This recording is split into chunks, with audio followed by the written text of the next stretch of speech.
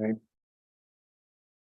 You are recording, you are on live, you're on YouTube, you're quorum, you're ready to go. Thank you, Judge Levine. Can we just check the attendees list to make sure that it's no one that we Yeah, I board think members? Wendy should maybe be on this one over here. That's the Make one. sure that is no one from our.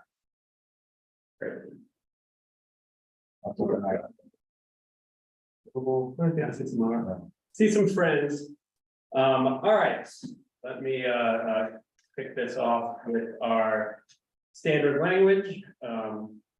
So greetings and welcome to the inaugural meeting of the Cannabis Task Force. We, the task force, are here in person, but all of our applicants and the community members, you are all virtual. So if you can't hear us, or if there's any technical issues, please, raise your hand in the chat function so we can handle that quickly. I know sound from this room to virtual can be a little bit difficult. My name is Jesse Greenwald. I am the chair of this task force, and why don't we go around and introduce ourselves before I finish my remarks here. Sure. Dolores Rubin, former chair, member of Housing Health Services and Clinton Hell's Kitchen Land Use. Wrong community, right? Hi, my name is Rodney Washington, fairly new member. I'm also a member of the Chelsea Land Use Committee and the Transportation Committee as well. My name is Raul Arios, and I'm a new member as well. And I sit on the housing and the environment committees. Great. And I should say that our task force does have 2 additional members, but will not be here this evening. That said, we have met quorum by having 4 here tonight. Let me read the standard language, and then I'll get into my opening remarks. So MCB4 has adopted a hybrid meeting policy whereby we will meet both in person and virtually. All community board meetings will require an in-person quorum to come to order and conduct business. Board members are expected to attend meetings in person unless they have a disability or an extraordinary circumstance as defined by the New York State Open Meetings Law. Excused committee members and members of the public will still be able to participate virtually. Committee members who are joining via Zoom must leave their cameras on. We encourage members of the public to join virtually, as we've seen most of them tonight. And the MCB4 hybrid policy can be found on our website. Tonight's meeting is still being recorded and is currently live streaming on YouTube. I'm seeing that I cannot be heard, so that is a problem. I'm just going to keep talking. Yeah. Did you? The little microphone is not moving. You see, Ah, it's not. Yeah, that's fine. It's moving. You see it making motion? Yeah. The one down here on the computer, Yeah. It's the little. that one over there. Yeah. That's how on your computer it's not. Is it- On the Zoom, it's moving. For those on Zoom, can you hear audio, but it's just not good quality, or can you not hear anything? If you can Well, answer the yeah. question, I can see. They're in the attendee section, so they can't, if they can answer through the Q&A, that's fine, but I think it's just poor quality because we can hear, the mic is receiving. I can definitely double check on YouTube if it's picking up our audio. Yeah, let's give us rather not go without audio. Log on, I can check too. Their names are not showing on. No. Well, yeah, Yeah, no, that was one thing. It's okay now. It's okay now. I okay, can hear you on Zoom now. Yeah. So maybe it was a little slow to yeah, get going. Yeah. Can all hear us now? Hopefully. I will double check. But Yeah, we're gonna double check real quick. I'm almost certain. I think it was the quality issue, not an actual muting issue. Thank you all for your patience. We just have to work out these little bugs. Yeah, absolutely.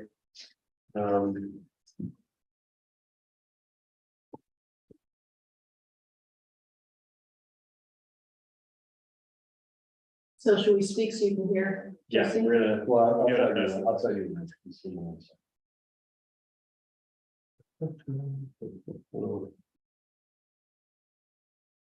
Yeah, Hello, Okay. testing, testing. I hear. Can you hear? Wow. Yeah, well, Okay, great.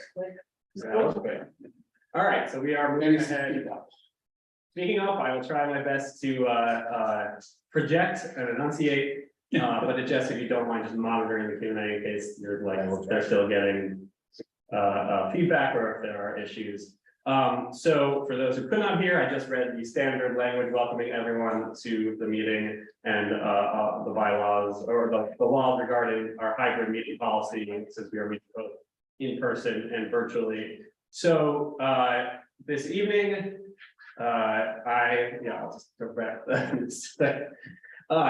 direct my audio right to camera.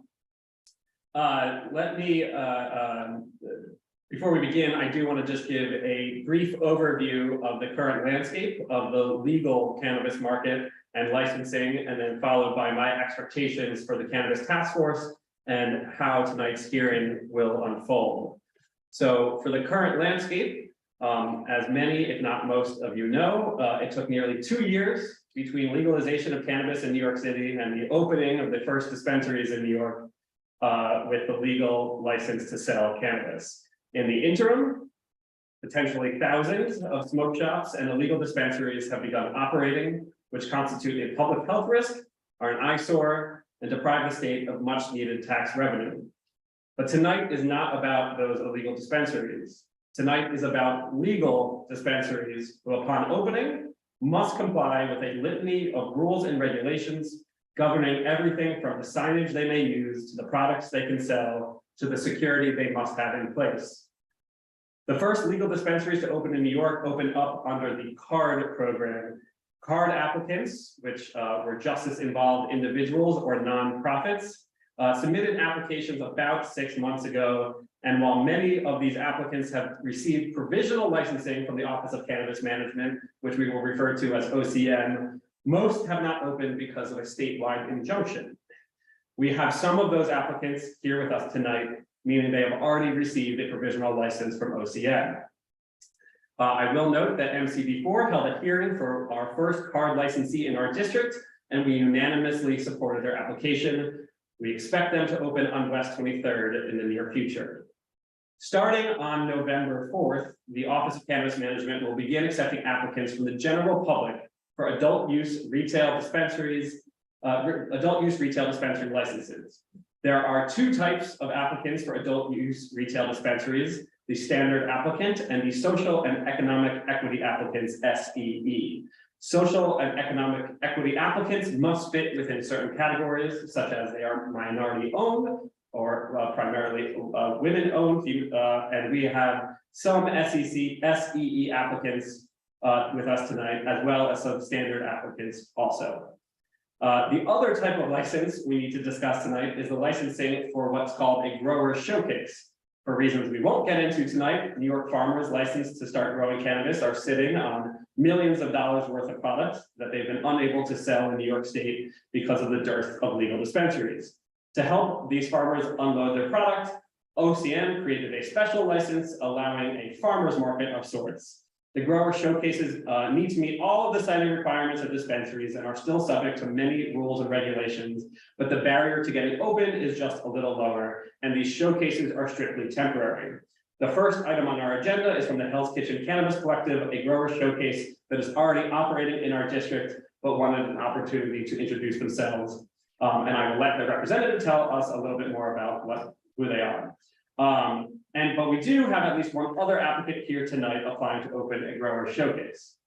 One last note on the current legal landscape: for the purposes of notification to community boards and to be afforded a public hearing like the one that we are having this evening, applicants must be able to show that they have proof of control over the premises. Thus, while we as a district received over 30 applications over the last month, or notifications of pending applications over the last month, we are only hearing and providing comment on those who state and have shown us that they have proof of control over the premises, meaning a lease or a letter of intent from the landlord. Okay, now moving on to an overview of this evening and this task force. So tonight, as I said, we will have a brief presentation from the Hell's Kitchen Cannabis Collective, a grower showcase on West 40th Street, who are here to introduce themselves to the community. That will be followed by 6 applications for retail dispensary applicant licenses.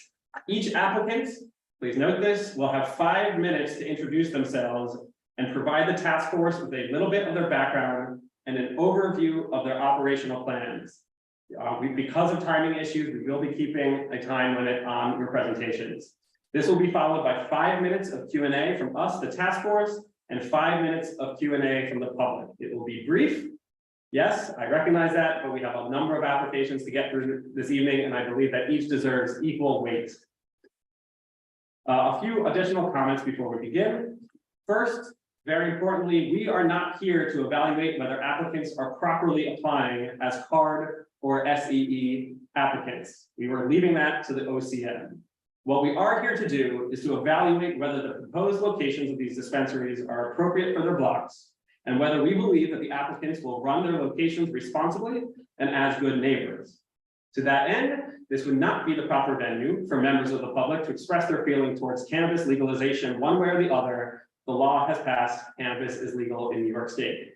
I will also say that it is the general sentiment of this task force that we are fed up with the proliferation of illegal dispensaries and smoke shops in our district. And we do believe that one of the most effective paths towards shutting down these illicit businesses will be by opening up legal dispensaries to compete with them. Finally, as this is our first public hearing, we will all be learning together, and we will ask for patience as we go through these new issues. Similarly, we, the task force, recognize that our applicants come from a wide array of backgrounds with a diverse set of business experiences, and we will be respectful of that fact and keep it in mind as we evaluate the applications. Thank you all for indulging me on some opening comments. And with that, I think we should jump right into the agenda, and hopefully we have an informational presentation, 5 minutes from the West 40th Hell's Kitchen Cannabis Collective.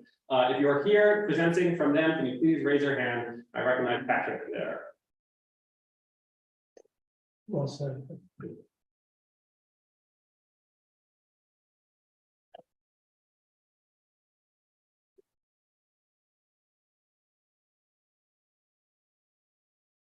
Good evening, everyone. Thank you for having me. My name is Patrick Conlon, and I'm here as the founder and general manager of Hell's Kitchen Cannabis Collective, which is a state-approved cannabis grower showcase organized by myself on behalf of my employer, Greenleaf Farm, notably the first female to receive a cultivator license and highlighting their biodynamic practices. We also work with Legacy Dispensers, a retail dispensary licensed for delivery only from the capital region to facilitate retail transactions for cannabis products from farmers and processors located all across the state. HKCC was founded with the simple mission of helping as many licensed cannabis farmers as possible to financially recover from the devastation they're facing, and also to build community around cannabis education and responsible use. The showcase is a result of the culmination of my background in volunteer, nonprofit, political advocacy, traditional farmers markets, and fine dining. We seek to guide our customers through a personalized boutique educational experience in a safe, clean, refined environment. We are approved as a pop-up operating through the end of the year, but we are seeking extension from the state because it is clear that the problems facing the legal market will still be around this January and well into next year. I'm here to highlight a little bit about what we do and ask for the blessing of the community board to continue our efforts aimed at educating the community on responsible consumption of legal cannabis. The main component of HKCC is the sale of cannabis products from small farmers all over New York, who intermittently come down to work their own tables in a traditional farmers market style. These events, called Farmers Days, light up the space with the sharing of knowledge, insight, and education on cannabis from the most primary source possible. When the farmers are unavailable, myself and my other managers take on the role of farmers market sellers and help guide people around each display from each farm. We do our best to do justice to the work that they've put in over the past 2 seasons and help guide customers toward a choice that's going to make the most sense and be the most fulfilling for them personally. I also just want to highlight a couple facts about the location. It's located on 40th Street, right near the corner of 9th Avenue. On one side of it is Corvo Coffee and Two Bros Pizza. On the other side is just a swath of hotels, and across the street is just the Port Authority bus terminal. There's no residential units on our block, on our street, in any part of it, on any corner from corner to corner, 8th to 9th Avenue. So we're really, really happy with the location and its potential for, cannabis education and community outreach because of its perfectly situated status in a place that will not provide a nuisance at the end of the day, is what I'm trying to say. We really take it seriously. We do not want to be an eyesore. We do not want to be a nuisance. We want to connect with our neighbors in a way that they're comfortable with. I know that we said this meeting's not about the illegal shops, but I have to make it about them briefly here, because this district that we're in here seems to be, you know, one of the capitals of the illegal shops of NYC.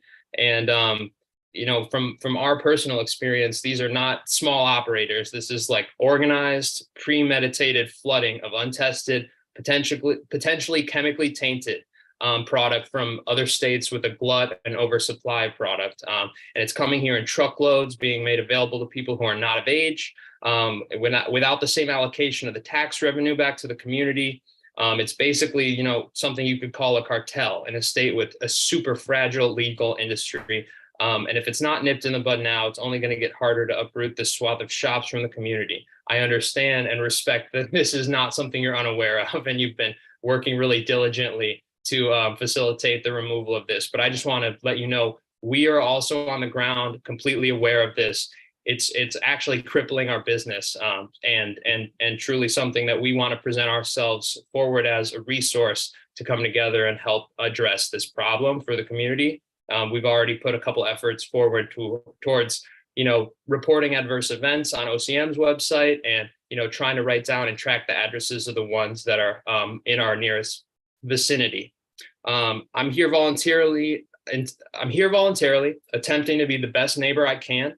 I was truly unaware of community boards in general when attempting to gain approval for this cannabis grower showcase, but I now see how important and critical all the community boards are to regulating the community's affairs and keeping neighborhoods safe and clean, and their residents happy. And you know, I truly just want to, you know, introduce myself and the HKCC to try to unite with the community board and get as much kind of you know, discourse that is possible. So we at HKCC are in this for the short mission and long haul, if the community will have us. We seek to highlight sustainable practices and educate the community one at a time and in mass on cannabis history, traditions, and responsible uses.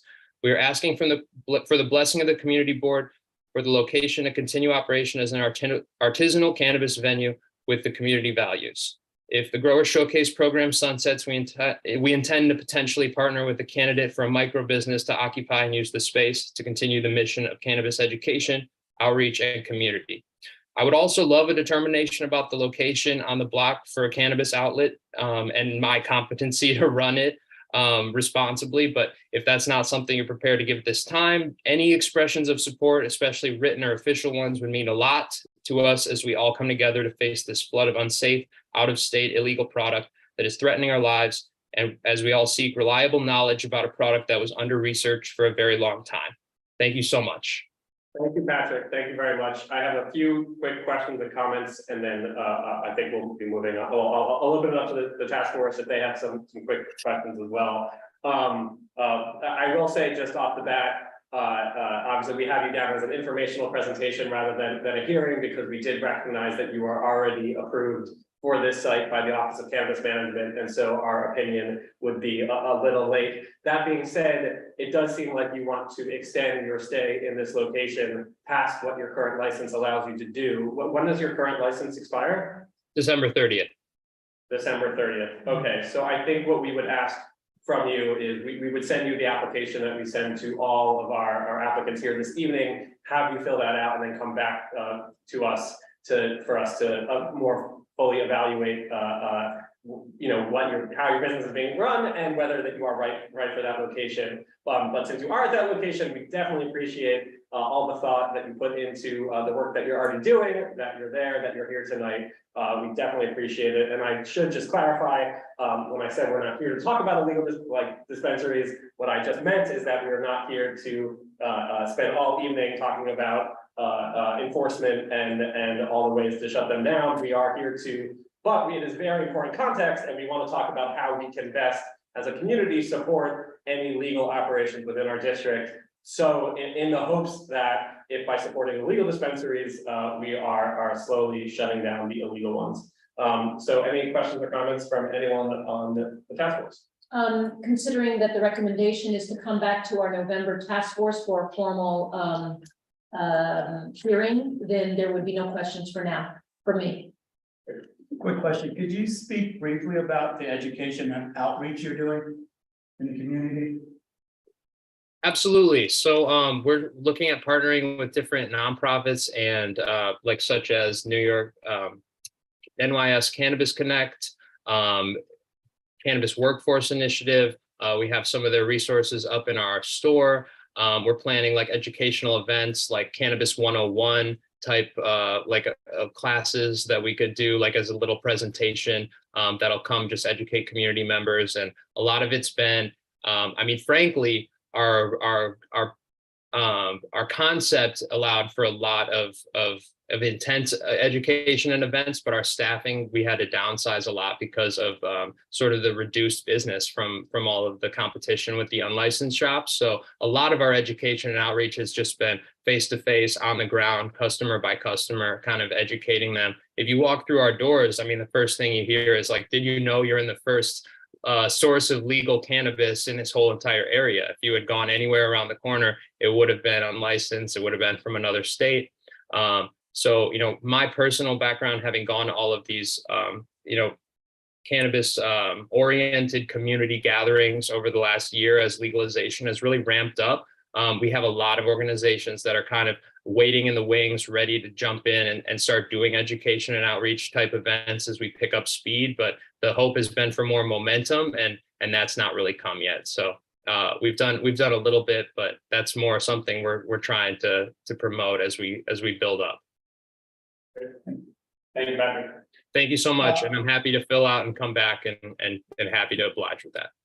Oh, sorry, Robert. Patrick, before you leave, I have a couple of questions if I may. You said that you operate similar to a farmer's market. I haven't been to 40th Street and 9th Avenue in a while. But tell me, so are you there on a daily basis? Are you on the street? Are you inside a store or how? Yeah, thank you so much for asking. So we operate in a retail like shop like venue. It's an indoor venue that's like it's formerly, I think one of the past uses of it was like a jazz speakeasy or something like that. Like it's a lot of kind of banquettes and tables and everything that we had to switch out and move all the way out to the very, very edge of the room to kind of stage it like a farmer's market. So there's each individual table has a display with the sort of an empty package of what the product would be, like write-ups of all of the farms, their information, their history, sort of pictures of them, what their practices are. I took inspiration from a store that's that I know of that's more like a hybrid farmers market, you know, retail model, because these farmers are very far upstate and it's hard to obligate them to come down and stand and rep their booths all the time. So as far as, you know, a day-to-day basis, it's their products there on consignment. They know it's there. They get to set their price, and upon the time of sale, they get their percentage. So it's the closest we can get to a farmer's market without really crippling the business of the actual farms by having them come down and work it, or send a brand rep, because that would be a high labor cost. But we really do love having them in the space, and I've worked plenty of real farmers markets, and I like those a lot better, and it's much more fun to have them there. So we're trying to probably get in a rotating schedule of every Saturday, having at least a few farmers down so you can come interact and talk to them. So you're there on a daily basis and you do pay a lease, I take it, and you split the cost among the farmers?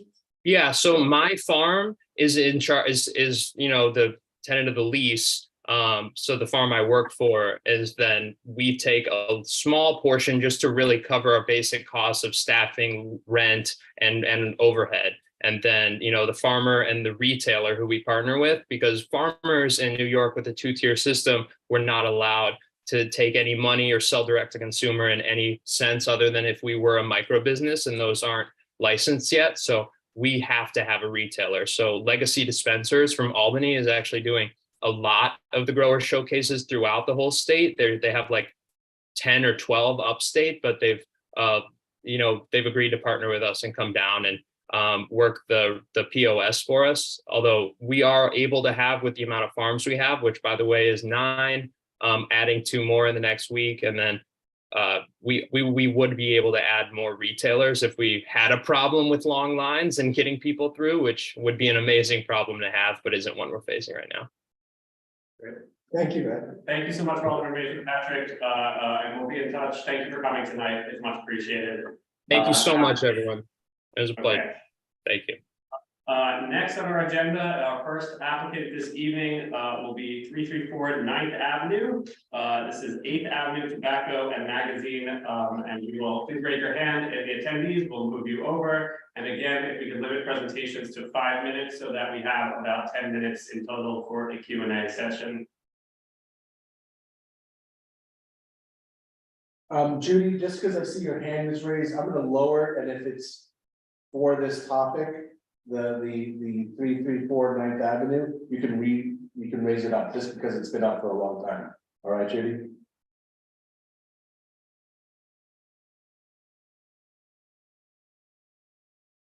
Vikram, you need to, okay, there we go. Good.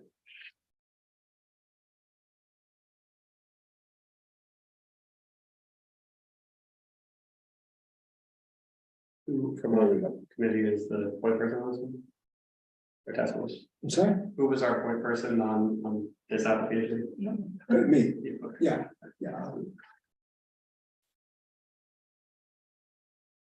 Yes, All right, you just need to. Is there? Sorry. You were right, who was there? go back to attendee, probably. No. He put this- Oh, he must have. Do you want to move on? Sure, we're gonna, while we figured, we get the applicant back on that, well, let's move on to our next, applicant. This is 867 9th Avenue, Don Resources Unlimited LLC.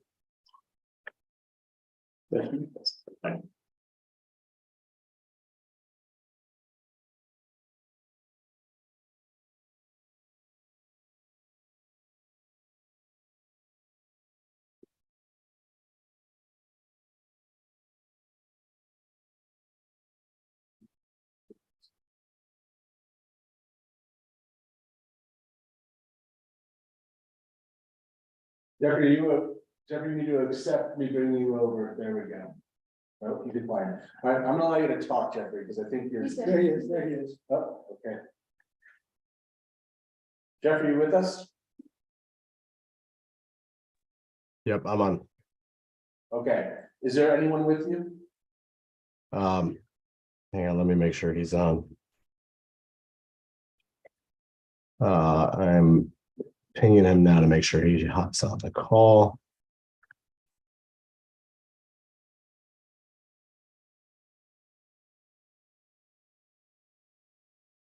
You want to come back to us and give him a minute to hop on, because I think he's gonna handle most of this. I think I had us as number 5 or 6 on here. This is 876 9th Avenue? This is 58, we're 5869th. Yeah, Oh, I think the two people who have their hands up Sorry, and now yeah. withdrew, maybe who we want. Oh, okay, sorry, Jeffrey, I'll bring you back, sorry. Yeah, okay, got it, thank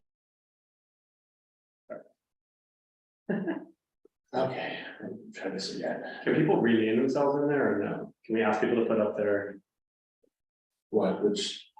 like, are What are we- they able to rename themselves to let? Yeah, their they can name themselves whatever they Yeah, want. so can our And then you have done your. applicants put in, while you're waiting, if you could put into your name on Zoom, you know, the application that you're associated with, if you're able to do that, that'll make it easier for us to identify you and move you over. Thanks. Hi, Drew. Do you have anyone else with you this evening? I believe so. I think Don should be here. If you can let him in. Sure, oh yeah, sorry.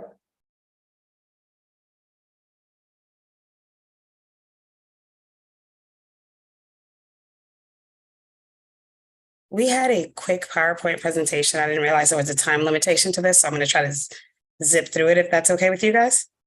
That's fine, thank you. Awesome. I'll go ahead and share screen.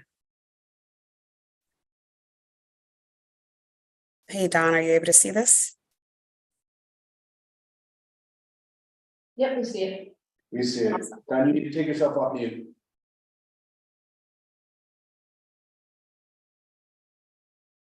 All right, can you hear me now? Yes, sir. All right, awesome. So, good evening, Cannabis Task Force and community members.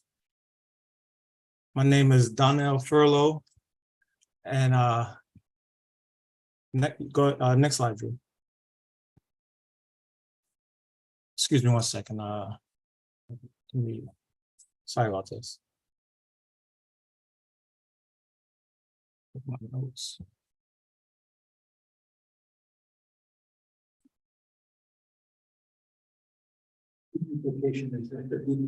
This is Don Resources Unlimited, number 3. Yep. So this is 867 9th Avenue, Don Resources Unlimited.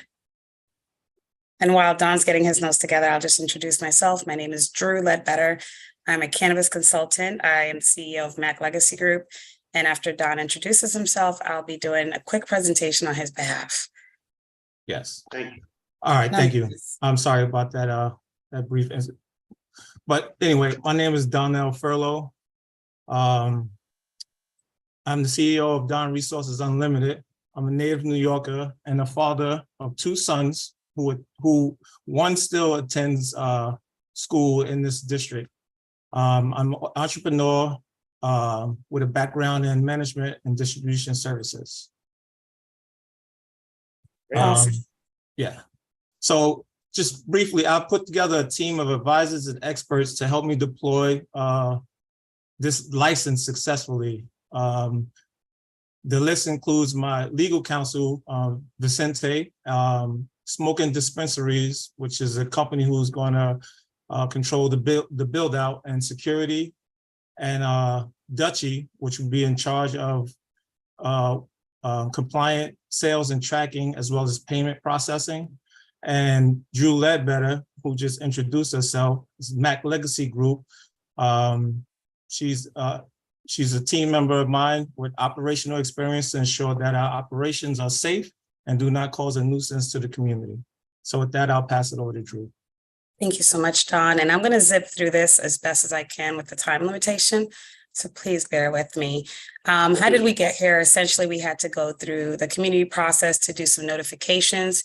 We posted a poster on the property. But before that happened, Don was a justice involved and justice impacted individual who qualified for a card license and was approved in April of 2023. He's going to be applying for a retail dispensary. And this location was approved by the OCM in June 2023 prior to the current injunction. In terms of the business, the location is 867 9th Avenue. It used to be a restaurant and bar called Park Grill. It's in a secure brick building. It's a mixed use building. One of the things that Don wanted to do is ensure that client flow was maximized to ensure that there was no sidewalk congestion and no nuisance to the community. That is because he's an active member of that community as well. One of the other priorities was making sure that there was no diversion to anyone under the age of 21. Both of us as parents, we agreed that that was a great priority to have. And another one was to ensure that people are moving in and out quickly. So we've added multiple point of sale stations and partnered with Dutchy, who allows for payment processing so that people can get in and out efficiently. Hours of operations are proposed to be 10 a.m. to 10 p.m. Monday through Saturday, and on Sunday, 10 a.m. to 7 p.m. There is no plan for current on-site consumption. There is no house of worship within 200 feet, no school within 500 feet, and there will be no other legal dispensaries or drug treatment facilities within 1,000 feet of this location. As Don mentioned before, we've partnered with Smoking Dispensaries. They've opened and built out dispensaries all throughout the East Coast. Our security plan is very comprehensive and it includes a multi approach. So essentially we have lighting, proper lighting, motion detection, perimeter alarms, limited entry points, as well as control access doors. We will also have security personnel on site during all hours of operation. In addition, we have standard operating procedures that will include records of routine inspections of the security system, making sure that we have alarms and drills to ensure that we can target anything that comes. We also will be connected to our precinct 2.5 blocks away, the Midtown precinct, through our security system. The employment plan was very comprehensive. We wanted to ensure that we had local hiring priority, that new jobs were created in the community, and that there were non-discriminatory hiring practices. One of the things that was very important to Dawn was that we had above living wage starting salaries, and that will be determined at the time of the opening, as well as a diversity plan that was comprehensive and ensured that it was a safe workplace for all staff, regardless of race, ethnicity, religion, gender, or gender identity. We'll have gender neutral bathrooms, make sure that we have ADA compliant facilities as well. One of the things that makes us different is that we want to have a client agreement, and this means that your first time visiting this legal dispensary, you'll also be signing an agreement that says that you've been educated on how to adequately handle, transport, and consume your product. But in addition, you're agreeing that you know that we have zero tolerance for purchasing products for minors, illegal activity under the state or local law, loitering and littering around the facility. Again, client flow is a priority, so we are going to have multiple point of sale stations, which will allow us to have traditional walk-ins be out within 5 or 7 minutes, and anybody who has an online pre-order to be out within 2 to 3 minutes.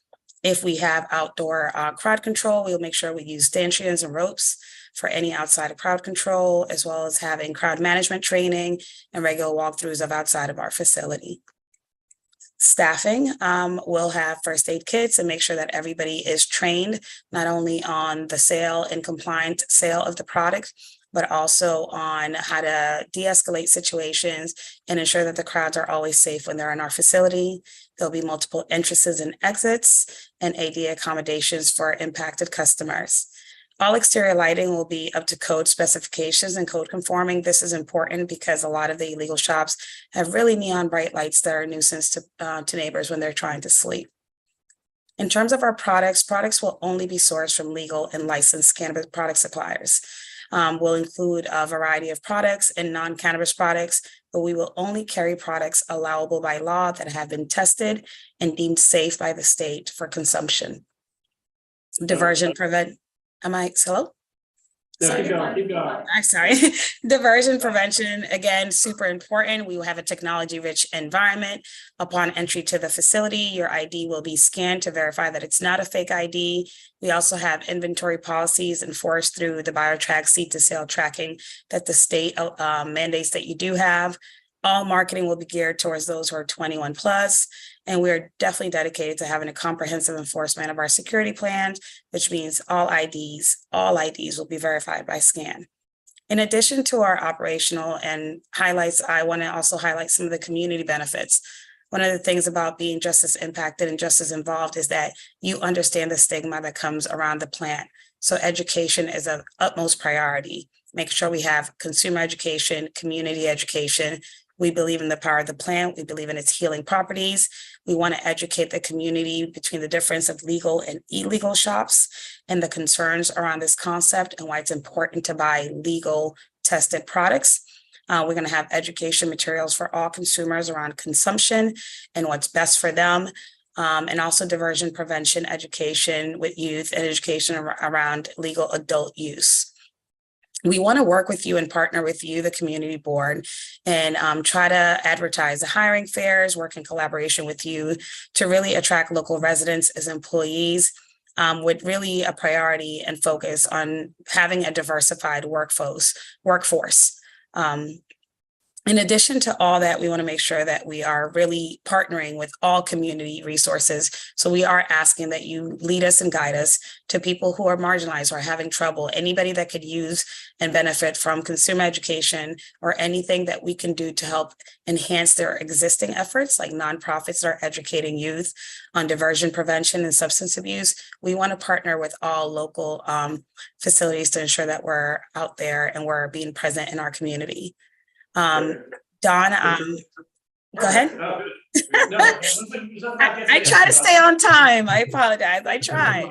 mostly let you go a little bit over, just because, sorry for fully conveying the 5 minutes, and we'll be a tiny bit flexible, but we appreciate you getting through that. That was a very informative, presentation, and we learned a lot. I myself just have actually one question, and then I'll turn it over to the task force, and then we will open it up. And my question is, you know, it seems like, Mr. Furlow, you are new to this business, as most people are, we understand that, and you have very smartly hired a team of advisors and experts. I see in your presentation, you included 4. I'm just curious, Drew, you yourself, how are you going to be attached to this business? Are you just here to get through OCM and licensing, or will you be advising Mr. Furlow for his first several months of operations? Because we definitely want to make sure that an expert such as yourself continues to be supporting and making sure that all of the items that you listed out for us tonight, saying that you will be implementing, we want to make sure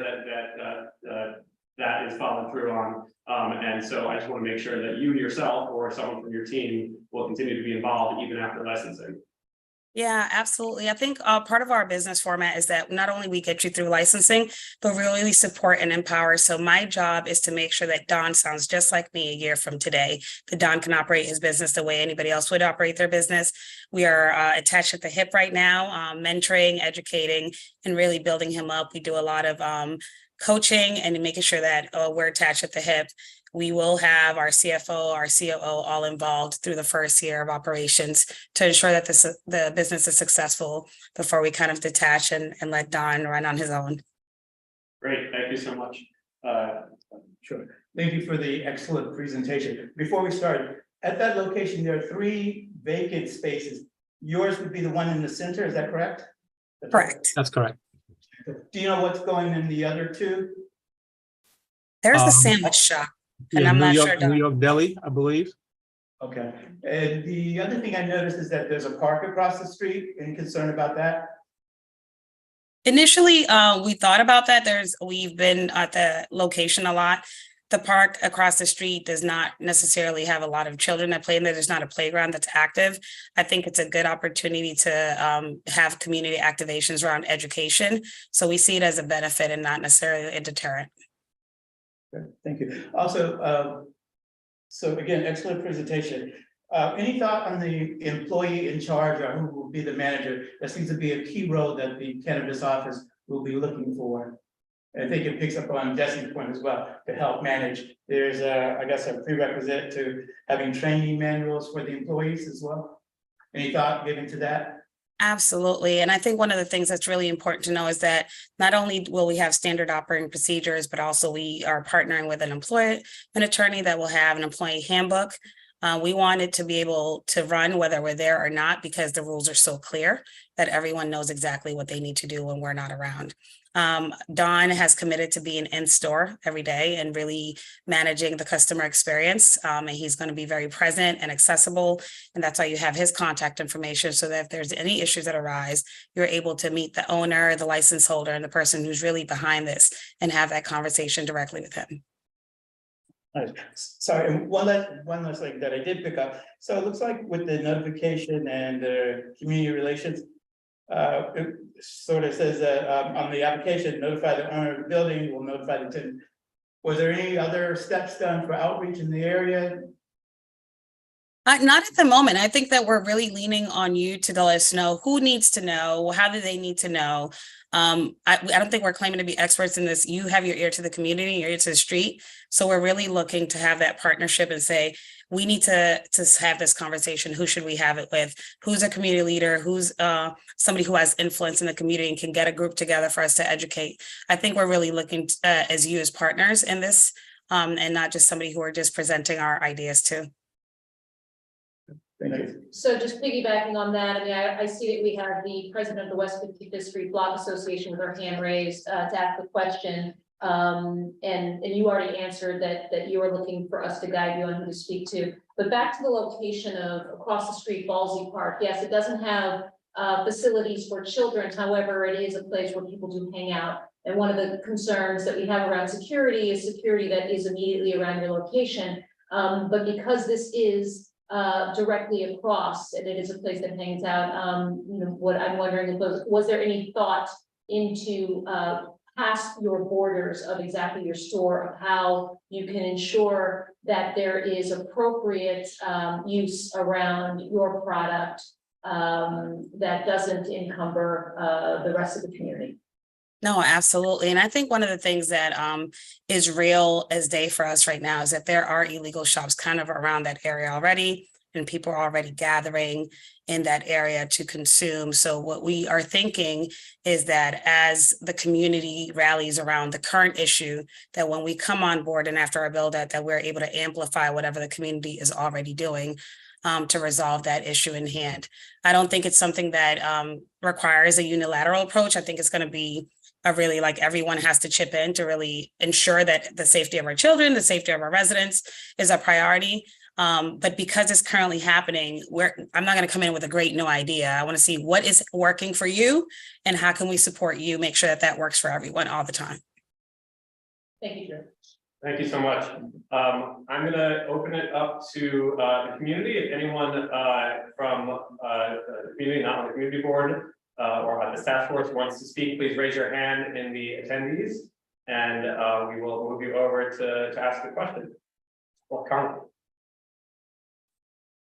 Christine, go ahead. Hi, Christine.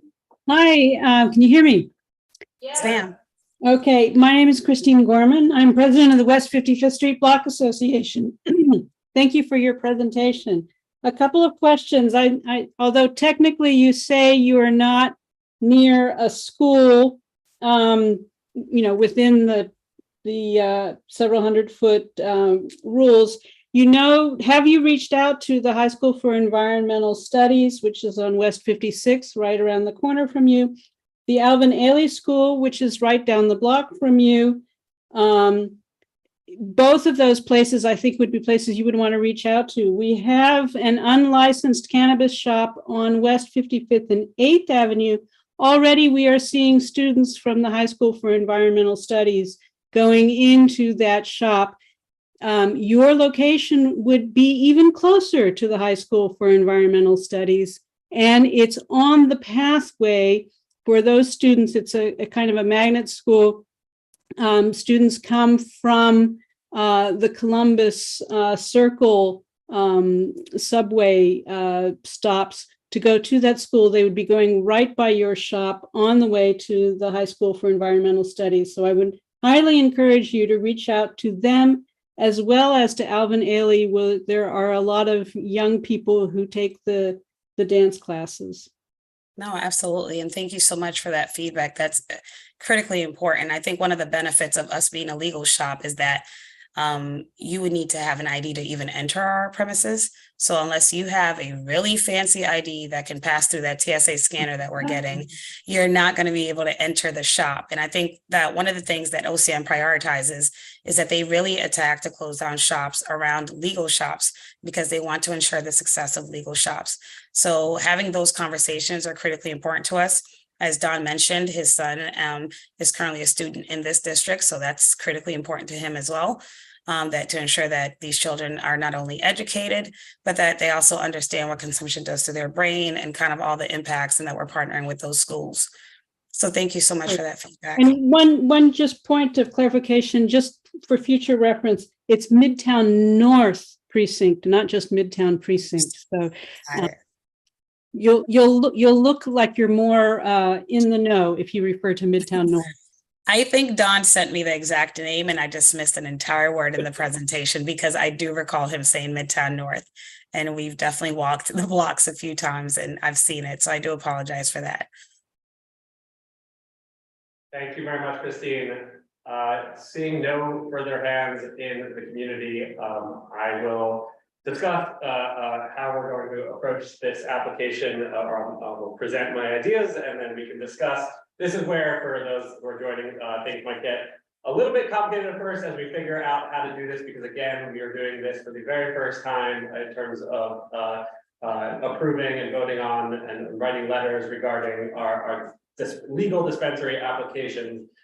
So in this particular circumstance, just to remind everyone, this is a card licensee who has already been given a provisional license by the Office of Cannabis Management And which means that they have already definitely cleared all of the legal hurdles in terms of location, and they're not too close to a school, church, etc.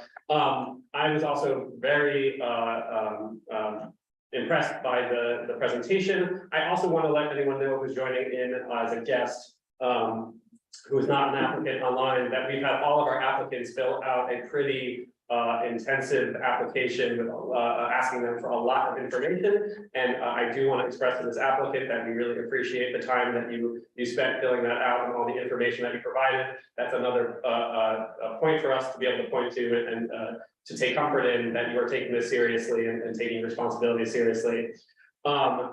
With that said, I think, and Jesse, I'm going to look for you if this is. I have a motion. Yes, can I oh, go ahead. Yeah, I have a motion to approve, pending that they do outreach to the various community organizations and do a little bit more investigation around the area that they're in order to ensure security and safety for the vicinity.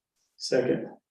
Real quick, I would like to add an amendment to that, investigation for the community. So I think what I would want is just to set a precedent of incorporating, what's that?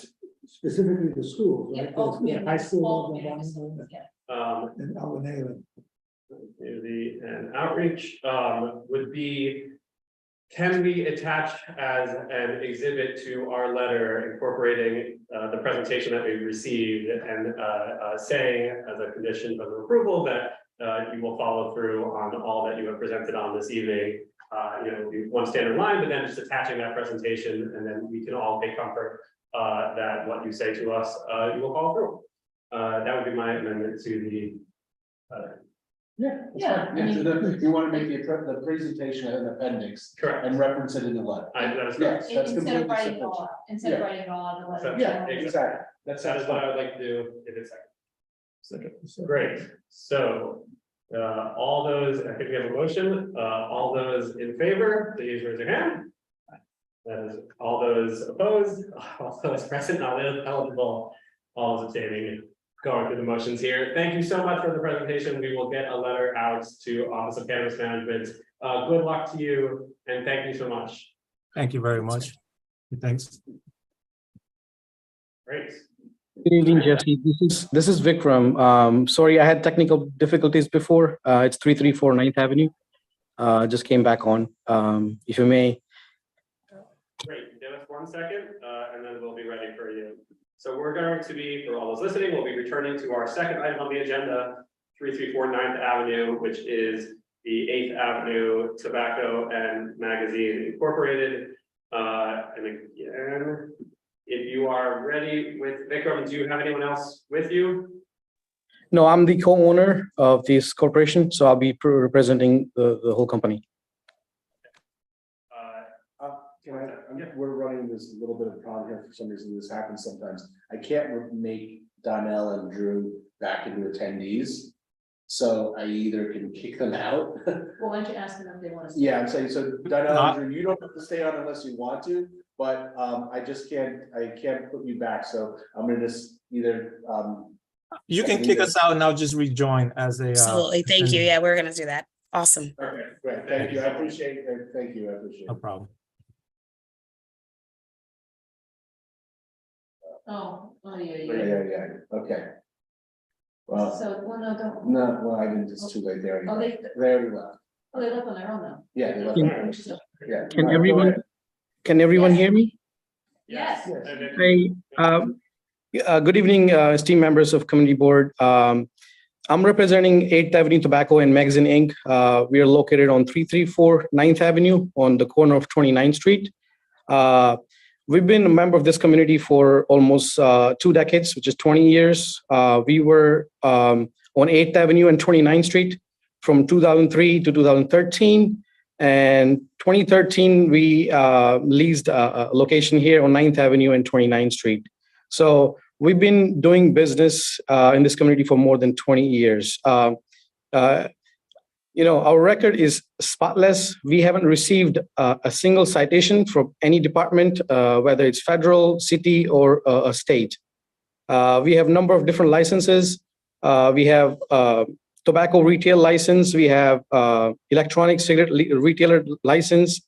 We own a beer license. We have a lottery license. We have like almost 10 different licenses. And we recently, last year, we got the CBD license from Cannabis department. So, we know this business and we know how to follow rules and regulations. And we've been doing this for 20 years. You can check our record, go online and look to see if any citations or if you sell anything to minors. Safety is our most important aspect of doing business for community, for us, for customers. And we seek support to get a license here at this location. We want to show that the business is committed to maintaining these high standards and contributing positively to our community. We'll look forward to work closely with community members, community board members, addressing any concerns or questions you might have. I'll be brief. Unless you have any questions, that should be it. And thank you for considering your application, and we're eager to engage with the community board and discuss our vision and how we can best serve the interest of this community. And that's all I have, unless you have any questions. We certainly do. Just give me a second, Arvind. So thank you, Vikram, for being here and for filling out our application. I recognize again that you have been in the smoke shop business for quite a while, and I do take you at your word, although we have not confirmed that you have a spotless record, which, if true, is actually quite impressive in an industry that is quite spotted. So we appreciate that. That being said, the switch from smoke shop to cannabis is not as straightforward as maybe you were making it sound. It is an entirely new regulatory regime, brand new to the state, and has a whole litany of regulations. Do you have a consultant that you have hired? Do you have who will you be working with to get yourself going here? I'm working currently with Ducci, which is a cannabis-based retail, wholesaler e-commerce platform. Just to point out, we will only be doing sales in store only. We're not delivering any cannabis to the addresses or not online business, only strictly in store sales. So I just want to point that out. And we're working with that company, getting training videos together, the material together. Hopefully I'll have that by next week. I haven't applied for that license yet. I'm waiting for the community board, to say yes or no. Based on that, we'll be applying for the license. I gave the notice. Yep. Sorry, go ahead, Jesse. Yeah, I'm just gonna, the location that you're applying for, that is the current address of your tobacco and smoke shop, is that correct? Correct. Turning it in. Correct. Are you prepared to are you aware of the signage requirements around dispensaries? Are you prepared to completely change your signage? It's yes. very unlike. Yes, I'm fully aware of the signage requirements. We will adhere to all the regulations that Cannabis Board put that out there for retailers or wholesalers. We'll follow every single one of them, just like we did for the last 20 years. And last question, and I'm going to turn it over to Raul, who's studied your application a little more extensively. Your intended hours of operation begin at 5:30 in the morning and end at 10:30 p.m. Can you explain why you are opening at 5:30 in the morning? This is our current business hours. This will change in the future once we convert to cannabis store. Those hours will most likely be from 10 to 10, but this is the current operation hours for the store. Okay, so that's helpful to hear that you would be amenable to us recommending those hours change. if they are acceptable at all. All right, oh, sorry. Well, can I just piggyback on that question? Could you just clarify that change? Are you intending that your cannabis sales would be from 10 to 10? Because your normal operation at that location sells a lot of different products and you're open usually that early to accommodate residents around that area that may want to go ahead and get a snack or something like that. Are you only changing the hours for cannabis sales, or you're expecting to change your entire business model? So we're expecting to change the entire business model, based on the recommendation from, MCB4. That will be from 10 to 10. If we get a vote from you, we'll definitely change that from 10 to 10. But if not, then we'll keep 5:30 to 10 o'clock, 10:30 for that business. Sorry, Raul, I just wanted to clarify It that. was a great question, because this issue about the business model is extremely important. Vikram, currently, so if I'm understanding correctly, you are going to switch from a tobacco shop to a cannabis shop exclusively, is that correct? So basically, we're going to keep all the products, tobacco products and cannabis products at the same time. So if customers wants to buy tobacco product, they can buy tobacco product. If they want to buy cannabis, they can buy cannabis.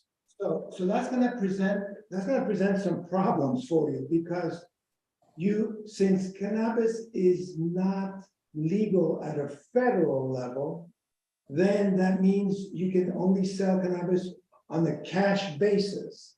And if you're gonna mix cash with sales of tobacco and other products. No, we have two, we're going to have two PO. Sorry, sorry, go ahead. I see some problems there. If you're gonna sell two different products, one that is illegal at the federal level, as a Schedule I controlled substance, which comes with many limitations, such as, for example, your employees. Are they going to be selling only cannabis, or are they going to be selling cannabis and tobacco? So basically, we're going to have two different POS systems, one for tobacco only, and the other one is for cannabis. And then we're going to have insurance for both of them. We're going to have a cannabis insurance as well as the regular insurance we currently have. So So, go ahead. I was just gonna say, you guys also sell liquor. Are you going to remove that, or you plan to continue selling liquor in that, out of that stuff? we'll plan to continue selling liquor at the location.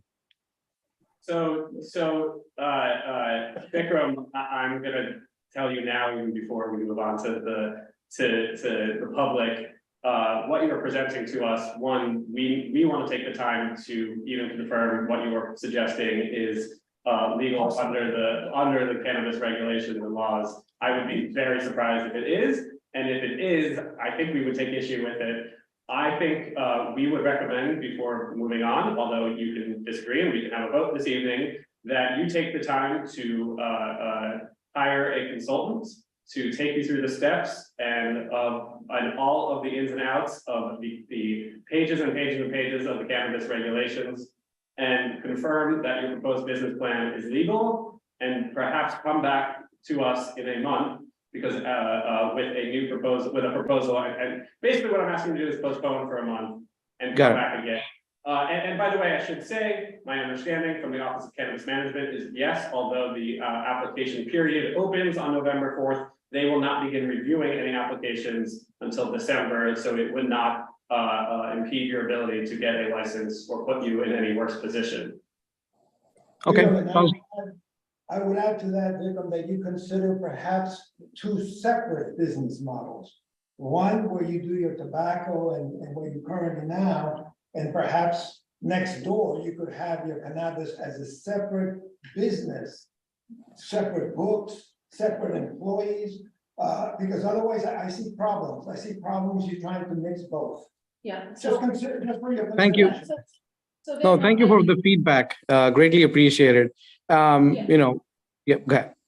Vikram, I was just gonna say, I think it's important for you to be very clear about what you can and can't do, for the community to be even able to weigh into whether or not, it makes sense for our community. So, And one last comment, I'm very happy that our first applicant gave the presentation that they did. I think they actually set a very good example and standard for the type of information thoughtfulness about all the ins and outs of what is required to run a dispensary to make us comfortable in voting for approval. So it's definitely maybe worth going back and reviewing the YouTube video of tonight's their presentation and thinking through how you come back to us in November. But thank you very much. Yeah, we're happy to postpone and hear you again. Next month. All right. Thanks for your time. No problem. Thank you. Great. Mike was just making a point that we need to make a correction on the questionnaire. There's I believe a typo grammar issue. Thank you, Mike. But Julia Campanelli does have her. Sorry, Julie, go ahead. I apologize. I wasn't trying to. Hi, Julia Campanelli, Hell's Kitchen Block Association. I have two concerns. I am familiar with the regulations on the OCM website concerning dispensaries, legal dispensaries, and it clearly states that only cannabis products, and cannabis paraphernalia can be sold. Nothing else, no snacks. Anyway. Okay. And then I'm concerned about the proximity of this shop to the Chelsea Playground and Park on West 28th Street. It's within 500 feet. That park hosts Little League and Junior Soccer League, and it's a direct line to Penn Station, so there are a lot of children around there. Also, there's the FIT undergraduate dormitory on West 31st Street. That's also 500 feet or 0.1 mile. That lodges 1,100 undergraduate students majoring in design and graphic design who can easily fabricate a fake ID. So those are my two concerns about the location of this particular shop.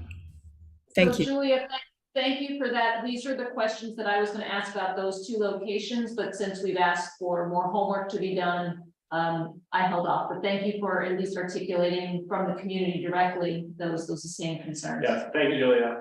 Thank you. Great. We are going to move right along to the next applicant. This is item 4 on our agenda.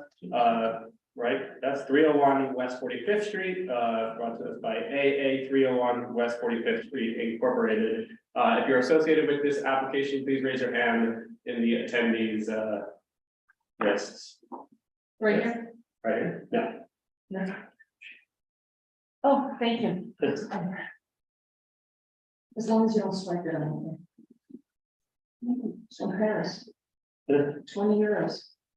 Oh, Michael, I'm just wondering, are you associated with one of our applicants this evening, or are you here to one? The next one. Oh, you are. Okay. Okay.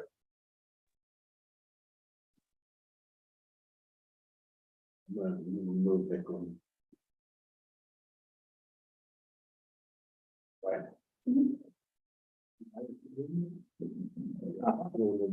There we go. Hey, Kenneth, how you doing? Do you have a? Good. Yes, we're just waiting for the project owners. I believe they raised their hand, Walid Khan and Lintha Khan. They're coming There. up now. This is AA 301, the applicant, AA 301. Hi, how you doing, guys? Good afternoon. Good evening. All right, let's get us started, Walid. Is Linta on? Linta, are you on? Yep. Yes, hi. Hi, good evening, guys. How you doing? My name is Walid Khan. On the call with us, I have Kenneth, who is our attorney, Teresa, who is also our attorney. They are both our consultants, and my sister Linta, who is the applicant. Just to give you a little bit of background, we have been involved in the community for 30 plus years. My family business consists of the I Love New York stores that you guys all see around Midtown Manhattan. The location that we are proposing is 301 West 45th Street for a retail dispensary. And we are looking for a letter of support.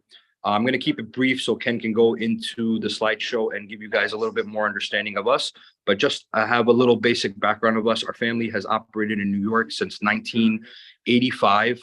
We go way back into the community. We actually got our first break during the broken window law in New York, which made all the pornographics and adult store videos remove their items and bring them to the back. At that point, my father engaged with these retail store owners and opened up souvenir stores all around Midtown Manhattan. So we played a major role in cleaning up the streets back then when there was pornography and a lot of adult toy stores all over Midtown Manhattan.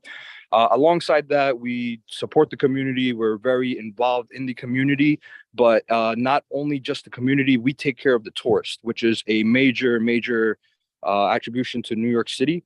A lot of people overlook that. They're just based on everybody that's going to be in the surrounding area, but you have to take notice of all the tourists that come into New York City. You have to be able to cater to them. They come in from all over the world, and it takes a special person to really engage with these people and make sure that they're also being catered to. Because, as long as they're 21, they're going to be getting cannabis products, and it's not going to be just New Yorkers. We're going to have the entire world coming to us, and you really have to be prepared for those type of things. And we feel that we are best suited, being that we have had this family history of operating businesses in New York since the 80s. And I will let Ken take it from here. Linta, if you want to say hello real quick.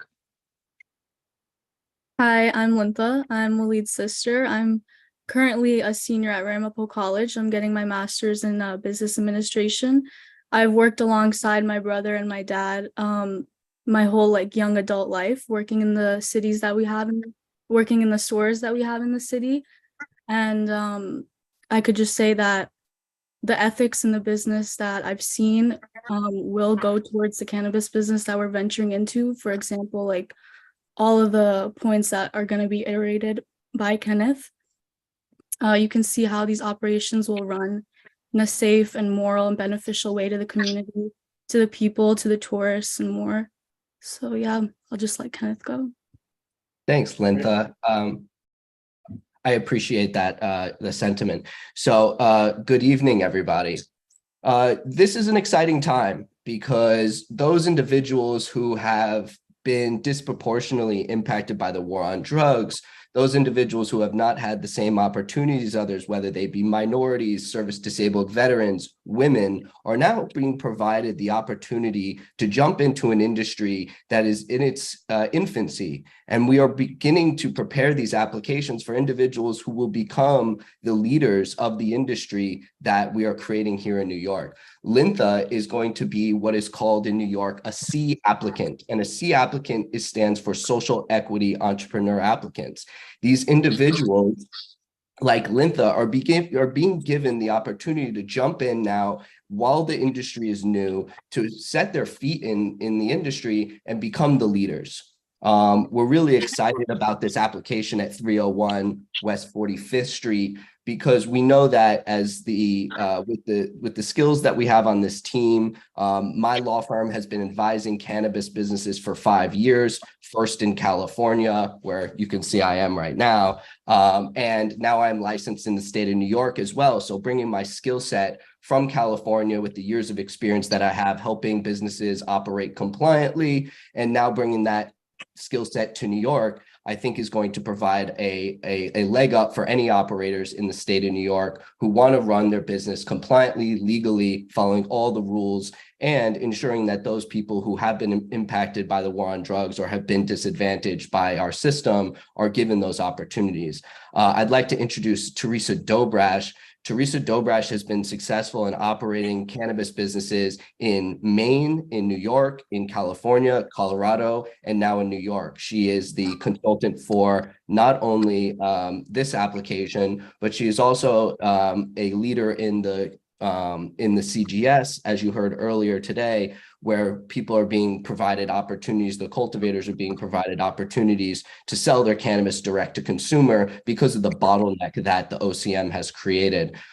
This application, hopefully, if selected and if we win the lottery, which is what this initial permit process is, then we will be one of the first retailers to sell products that are being produced in upstate New York, direct to consumers in Manhattan. So now we have a quick slideshow. We didn't know how much time we were going to have available to us, but I do want to just run through a couple slides that we have. So don't mind Oh, this. yeah. A couple more minutes, so just highlight the most important slides, but just so I'm clear before you move on, so you're also planning on applying for a grower showcase license, is that what you were saying? No cannabis grower showcase. Tess just operates one and has been operating one in Beacon, New York for the last few months. And I was just speaking to her experience running those compliantly and ensuring that the product that is being produced is now have a place to sell it. Okay, great, thanks, thanks for that. Of course. Tess, if you would just pull up the slide. Were we able to share a screen? Yes, I'm working on it. Great. Fantastic. While Tess is pulling up a slide, I'll just run through our mission statement here for the dispensary. We believe in equity first. That's kind of what we're basing our entire application on. We are putting a woman, a minority in a position to succeed. And we are cognizant of how the business affects the community around us and plan to give back by creating local opportunities for individuals to participate as managers, as bud tenders, and as security. So it is our goal that we're hiring local to provide those opportunities. Now, our objective is to ensure that adult use cannabis thrives in New York by embodying professional standards and providing a foundation and framework that's needed for success. I think the basis for any business that is going to operate in the cannabis industry is you have to have a solid foundation of compliance. And that's what I'm here today to generally explain to you guys. We are top operators of retail stores in Manhattan, and with my skill set and background and Teresa's skill set and background, we aim to be top operators in the cannabis industry in your community. Right, so as many specifics as you can with the president. So if whatever vendor you're using or whatever, just the actual security plans, just a minute or two left. Thanks. Yes, sure. So our security plan is robust. We have written it in compliance with the New York State regulations, and we will have all of the equipment and necessary infrastructure to ensure that our business is secure at all times. Now, we will be operating this business from 8 a.m. to 8 p.m., which is within the regulations, and we will be performing deliveries a little bit outside of that time frame from 10 a.m. to 10 p.m. And this is 7 days a week. And maybe Tess, you want to run through the location quickly, and then we can kind of pass this back to the CB4. Thanks. So this is a visual of our location. It is an ideal location for a dispensary because it is discreet. It will have a discreet storefront, no neon lighting or provide any nuisance to the community. We do have plans in place to provide an efficient customer flow and control congestion on the sidewalk. A little bit more about the location. It is going to be ideal for access from tourists. It's a few blocks away from Times Square, and the Khan family has a lot of experience serving tourist populations, diverse populations. So we are excited for that opportunity. The security plan, a little more about that.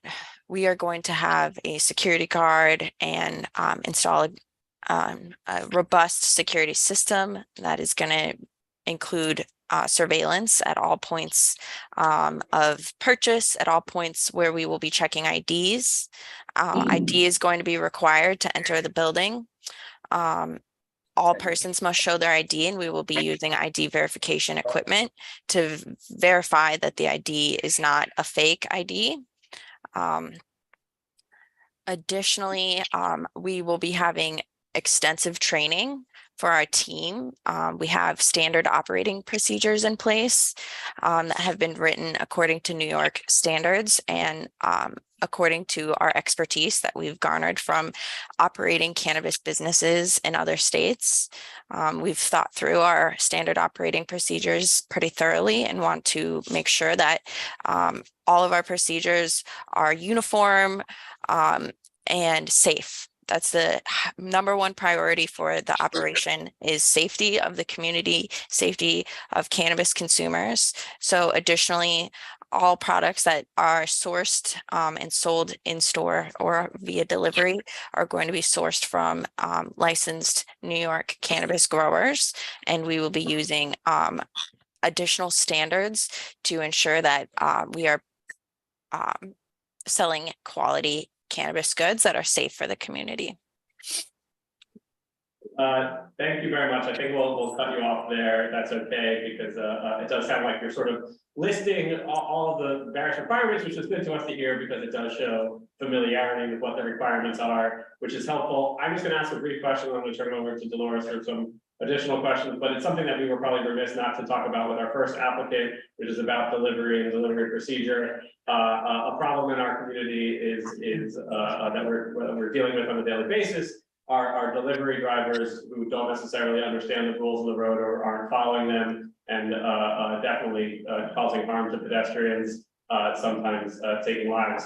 So we want to make sure that any new businesses in our district that plan on using delivery services have a training plan in place and have a way of keeping their delivery driver, making sure the delivery drivers are well taken care of, such that they are not incentivized to speed on our streets. So if you could please speak to that, we would appreciate it. Yes, Yeah. we can speak to that. Tess, you want to take this one or? Absolutely, I've got this question. So our delivery plan, we've written a security plan specifically for delivery operations. It is required by the state that we install GPS tracking on all delivery vehicles. So that GPS tracking is also going to be equipped with technology that can track speed of our drivers, and we will not be allowing our drivers to speed. If we do see that our drivers are speeding, they will be subject to disciplinary action. Additionally, our product is going to be stored in a secure lockbox during delivery, and only accessed at the point of sale. At the point of sale, there's an additional ID check, and our drivers are going to be trained in incident control. So they will be able to identify if the individual that they are delivering to could pose a risk of diversion. So to minimize the chance of delivery to minors or anyone who should not be consuming the cannabis that the order was purchased for. Okay, I think that answers your question. That definitely answers the question. Thank you very much. So you mentioned that you thought this location is an ideal location. I'm a little bit concerned because this is not on the avenue. And what we are looking at, even though you're close to theaters, it's still overall a residential block. And I'm wondering how much outreach you've done to any part of the community to speak about your method of operation, how you will plan, as you outlined here, to implement security measures, et cetera. Yes, we have a list of over a dozen different block organizations and associations that we are reaching out to and beginning conversations about our operations and making sure that they feel comfortable with our presence. Okay, my next question is to speak to the fact that your current operations that you have are in traditional retail, specifically souvenirs. This is certainly a very different level of retail sales with an extreme amount of regulation. And despite the fact that there are a few consultants that are here on the line, that yourself, as well as Kemet,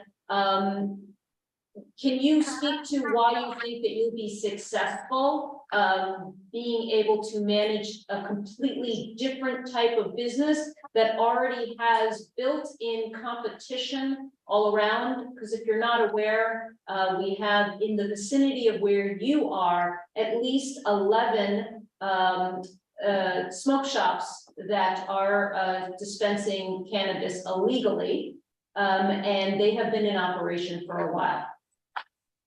I can speak on that. So when you mentioned that this is going to be an operation that requires licensing in a different type of retail, I'm not sure if you guys are familiar with the souvenir stores we do deal with licenses. We work with the state of New York. All our products are licensed.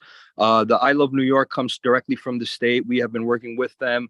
We make sure all our products are licensed. They come in, they check our products, as well as our NYPD, MTA, and taxi products. All those products are licensed. They get thoroughly checked by the state. I believe a fine that is an unlicensed product goes for about $10,000. Since the 80s to now, we have never incurred that fine. We do know the other shops that do these type of things. We are not worried about these smoke shops. With the help of the community boards, such as yourself, and the help of the OCM, we are confident that these smoke shops will be shut down. We hope that they will be shut down. We want to educate the consumers in the areas to come to us and not to go to those smoke shops. And I think we're going to be one of the biggest deterrents to shut these illicit smoke shops down in the area. Thank you. No problem. Anyone else from our, anyone else from our task force? We're gonna open it up to the public. We see a few hands raised. Move it over. And just so everyone knows, I should have made the process clearer earlier, but basically it's a round of questions and then followed by a discussion of just for the task force, where we will provide comments and talk amongst ourselves. But we're very much in the questions. Christine, you can go ahead. Yeah, Christine Gorman calling. I'm also, in addition to being president of West 55th Street Block Association, a member of the Hell's Kitchen Neighborhood Coalition. Residents have been creating a map of illegal cannabis shops in our area. And according to our map, there already is an illegal cannabis shop at the corner of 45th and 8th Avenue on the residential block. It looks like it's very close, if not at 301 West 45th. Can you assure us that you're not applying for a spot that already houses an illegal cannabis shop? Yes, I can assure you that that is not us. I am aware of that. That is one of these shops that we hope to shut down once we are open. I am aware that the landlord is currently actively trying to evict that place. I believe the name of that shop is Shaky Eyes, and we're hoping to help the community in getting that store shut down. Okay, following up to that, you know, that area has become quite unexpectedly, or anyway, an area of a lot of crack cocaine. Do you have, or will you have security that protects, because you will forcibly be an all cash business, that will protect the employees of your shop from break-ins, from grab and smash type attacks of organized, shoplifters and others? Absolutely. So being in the business that we're in, we are currently a cash business as well. I have shops right on 47th and 8th Avenue. We also own the hotel that is on the corner of 47th and 8th Avenue. We deal with these type of things all the time. We work very closely with Midtown South. We have hosted parties and events for Midtown South precinct. We work very closely with the NYPD in providing them videos or footage of any time that there's an incident in the area. We closely speak to the chief and the captain of Midtown South. They're usually the ones that do the responding in the area, and we will have security in place to make sure that these issues are not a problem. The crack cocaine, I'm going to be honest with you, dealing with retail, we don't deal with that. If it is going to be an issue outside, we're going to work our best in our ability to clean that up. I've been in New York City myself since birth. I was born in Queens. I've been working at these stores since I was 15 years old. And we have encountered quite a bit of cornucopia of characters that have come in and do very wild things, to the point of our stores being destroyed, where people come in just belligerent, drunk, and we are very, very well versed in how to approach these people and how to calm them down and to wait for the police. Right now, the police response time on 8th Avenue is about 25 minutes. So, in all the years that we've been in business, we've realized that you really have to rely on yourself. The last resort is when the police come and help you, but we are adequately set up to make sure that the security is in place, that there won't be any issues of that nature. Thank you very much for that answer. Thank you, Christine. Two more questions, just quickly. There is a church on West 46th Street, just around the corner. And, yeah, finally, when you talk, I hope you will reach out to Brian Weber, who is president of the Midtown South Community Council. Yes, And I do also- plan on reaching out to them, and I am familiar with the church. I make donations to them all the time. I helped out with their food drives, and I actually park my car right across the street in the lot that is the parking lot right there. And we work very closely with our community. I don't see the church being an issue for what we are planning to do. Just a point of clarification, it'll be Midtown North, which, reaching out to me as president of the Midtown North Police Precinct. Yes. Thank you so much. Thank you, Christine. Peter. Yes, so as a resident, excuse me, of 45th Street, my concerns are about loitering and littering and congestion. That part of the block has just gotten out of hand over the last couple of years. Right across from your potential location is Moulin Rouge, the theater. And right in front of your location is a city bike station, which also fills up with pedicabs. So my concern is you're going to be drawing people from 8th Avenue, which has also become incredibly crowded with all the delivery people parking between 44th and 45th and hanging out there. So you're going to be drawing them into our block. And you're talking about one security guard, and delivery people. So you're going to have them tracked and you'll be able to, their speed and whatever. Where are they going to park when they come to pick up? Like that sidewalk is already ridiculously crowded. So my concern again is the loitering, the littering, all these delivery people. If you have a line outside, where are they forming? There's a huge line in front of Moulin Rouge that goes from the corner to the theater. So you can't pass by there twice a day. I'm just curious, like, how are you going to deal with all that to not negatively impact the quality of life for people who live on 45th Street? And there's a lot of buildings there. Thank you, Peter. I think it's a great question. The response. Yes, so wonderful question, right? Joe, I'm very familiar with the area, Moulin Rouge, then you have the bikes, and then you have the strip club right next door. The reason of the congestion on 8th Avenue, right? This is something that's recently happened, and it's due to the hotel on 8th Avenue, the Row Hotel, which is right maybe 600 feet away from that block. It is the migrant issue, God help all these people, but it's because of all these migrants that are there that this congestion is taking place. All the scooters that you're referring to and the delivery people, those are all illegal scooters. The NYPD is actively working on clearing up all that congestion. I don't see congestion being a problem there in the near future, maybe closer to the end of the year. The NYPD has been working on removing all these scooters and these illegal delivery people. When you asked about security, it's not going to be one security person. It's going to be one security company, which will have multiple people.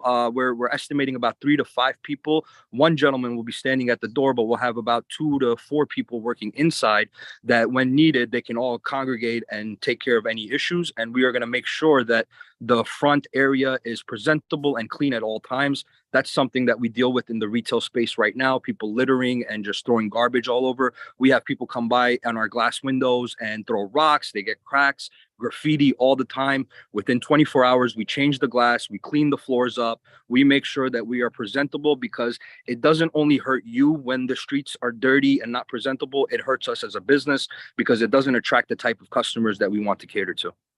Thank you, Wahid. Thank you, Peter, for the question. So my follow-up to that would be, would you, the applicant, be willing to stipulate to one, always, making sure that at all times you do have someone out front, and part of their job is not only to check IDs, but also to disperse anyone who might be congregating in front of the store, but 2, to ensure that your delivery workers have a space inside that they can go while they're waiting for their next delivery, so they're not waiting outside, hanging around.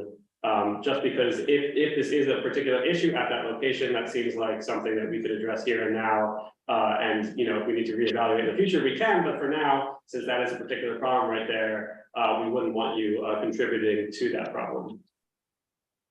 That's 100% understandable. We will stipulate that, and we have adequate space in the proposed location to ensure that our drivers and our bicycles are not in front of the street and it does not create a mess. Great, thank you. Sure, but we have one more question technically from the public, yeah. So, Waleed is my neighbor. Oh, okay. We have wine storage in Times Square. And, I just wanted to know, because I see my landlord is on the call, if he owns any part of the smoke shop that's next to our wine storage facility, him or his sister or his dad or anyone. I was assuming he was the tenant there, so. Did you hear the question? Vaguely, he said something about a smoke shop next to a wine store. Yeah, so do you want to come and say it again? Do you want to stand up and Yeah, get closer to the closer, the microphone? microphone's right. Yeah. Rather than having to repeat it. Right. No, I do not have any interest in the smoke shops. It is my understanding that that smoke shop was shut down maybe last month or a month ago. Does that address your concerns, or do you want to repeat your question? Repeat your So, my question. I have zero interest in any illicit smoke shops or CBD stores or anything across the board in all of Manhattan. One second, okay, just listen one more time to the question, because I'm not clear on it either. 1 second, he's gonna repeat it. So, my next door neighbor in wine storage, he is Waleed and, his dad, and, there's a smoke shop. And, when I asked the landlord, who owns it, they told me it was Waleed, so I didn't know if, he owned any piece of that, or his sister or his brother of the shop that already exists. All right, so Waleed, the question is, again, do you own that smoke shop? It sounds like you said no, but do you want to confirm that again for us? Yes, I'm familiar. Michael, I believe that's Michael Gainsgard on asking the question. And no, Michael, I do not have any interest in that location. I have been getting a lot of your customers banging on my door looking for their wine, though. That's good. That's accurate? Okay. Thank you very much. Are there any other hands in the? Do we bring over Michael? Did we bring over? No, Is that a different Michael Scott? No, but his last name is not. That's Shaw. my landlord, yeah, that's landlord. and Waleed's landlord. So he. Michael joined us over here. Oh, Michael Stroud. Okay, yes. Me and Michael go way back. Yeah, go ahead, Michael. I don't have a question. I decided to withdraw my question. Okay. Well then, seeing no other questions in the public, I think we will now discuss this amongst ourselves and figure out what we want to do. Any ideas? I have some concerns about this location. Again, the fact that it's on a residential street and not on the avenue. I know that the applicant feels that being off of the avenue is a plus, but for the community at large, it actually isn't. We advocate for most businesses that have usually liquor licenses, et cetera, to be on the avenue, not on a residential block. I do think the congestion, that's a concern, but it's something to think about. My biggest issue that I'm having right now is that the application itself is under the category of it being a woman-owned, a woman-led business. However, we've heard almost the entire presentation from everyone except for that woman, and I am concerned that is actually not who will be operating here. And that I think is something that is a legitimate reason to wonder about the entire business operation, about who is actually in charge. And can we be comfortable that the application has been given to a woman to run a business, but who will really not be running the business? Fair question. I don't have I have to think about this. No, those are my concerns. Sorry. I don't have an immediate response to the second concern, although I will say it does cause me a little bit concerned as well that the person who is technically applying for this is not the person who seems like they will be leading the operations, which seems like a problem. But two, on the residential issue, I do agree on the one about the liquor licenses. As a real question, are there liquor stores on residential streets? Does it become an issue when we think about where liquor stores go versus where people are consuming liquor? Because I do think there's a difference. I do think people don't really mind the wine shop downstairs as long as it's not, as long as they're not having giant, wine tastings and the doors are all open and people are going crazy. So I'm a little bit less concerned that it's residential, although I could end up eating my words in a year when we find out that, you know, it reeks of pot and, there are some people congregating, and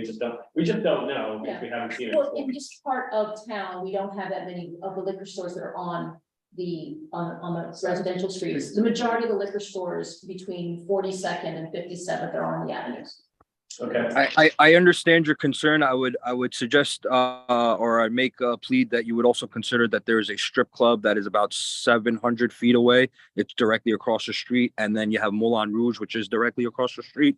So it is a more hustle and bustling block rather than just a quiet residential block. If you go there tonight, or if you step outside there tonight from 10 o'clock to 12, you will see a large amount of people coming out of the show. And then even from 11 to 1, you'll see a large amount of people by the strip club. And it is not that quite quiet in that area, from my understanding. I walk these streets every day. And just to reiterate that the reason Linda didn't speak up that much, please don't discount her. This is just as the other applicants came in, they had their attorneys made their presentation for them. They had the people speak up for them. We are just here advocating for Linda and speaking up for her, but she will be running the whole shebang. Okay, thank you for clarifying that. Other points, questions, concerns from us? I do have a question on the application, Waleed.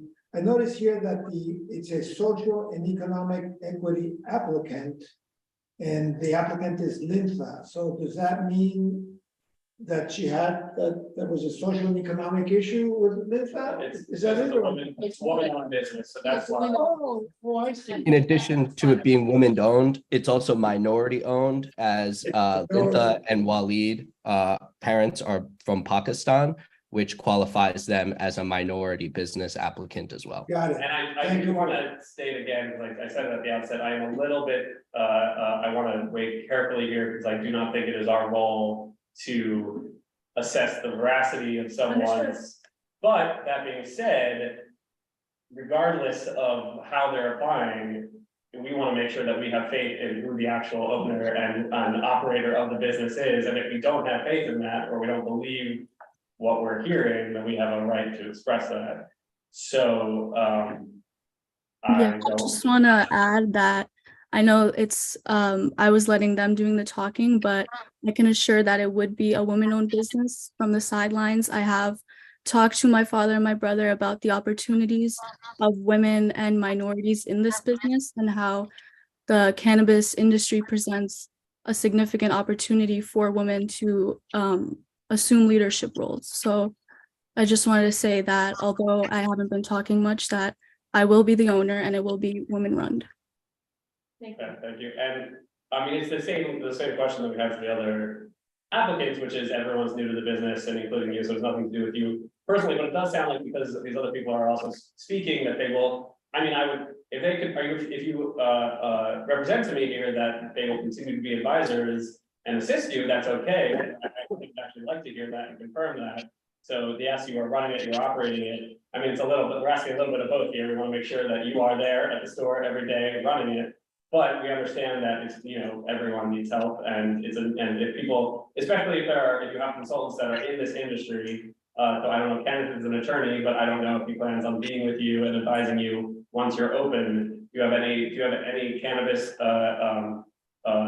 consultants that you plan on working with after you're open? I will continue working with the Khan family and Linda. And so will I. And so will Ken. As long as Linda will have me. All right, and if we asked to have you to stipulate that you would be, you know, on board as a paid consultant for the first year of operation, would Linda agree to that? Yes, Ken and his team will stay as long as needed. Is it Ken or is Ken and Teresa the same? Mr. Seligson. Yeah. Teresa is a consultant at my law firm. Oh, thank you. We are Okay, of great. the same team. I did not realize that. I now recognize that. Great. Okay, that's exactly what we want to hear. So 1 year of consulting. I mean, so the stipulations we have so far are about having drivers not congregate outside, having the delivery drivers inside, having a security guard out front at all times to make sure that people are not congregating outside. To not only check IDs, but make sure people are not congregating outside. 1 year of consulting with Teresa. And that Linda will be running the. And will be leading the operation. that Linda will be leading the operations. Or that it legitimately is a operation under. Yes, under- I think what we'll do is we flag for OCM that we want OCM to make the same inquiries we're making this evening, that they feel comfortable that Linda is the owner and operator of the store. That would be my suggestion for this letter, but otherwise we would approve this location. Yes, FEB. Just because we're sort of, not to use the acronym, we're flying while we're building the plane. Typically with BLP applications, I'm just using BLP, that we have them eventually sign something. Yeah. Is that something that we would expect them to do, just so we understand, so we can express that to this applicant and future applicants going forward tonight, and we'll go backwards to the ones that we already did, that we would expect them, that we'd be sending something in writing for them to sign. Sure, and thank you very much for bringing that up. I'm obviously remiss for not mentioning that. No, I mean, I do think we would want that, yes, of course. We want signatures, if we can get them. I mean, it's similar to what we do with BLP. That's Understood, but I thought that we are writing a letter which gives our recommendations, and again, I think that when we allow some time period for them to acknowledge whether they accept them, because again, it has to be then presented to full board for it to be voted on after this, right? Yeah, sure, but I mean, sorry, it would be, I mean, I don't know what the order of operations is, but I guess the only difference is just what we submit to OCM. Yeah, it's not. The condition is approved condition on the stipulations that they've signed to.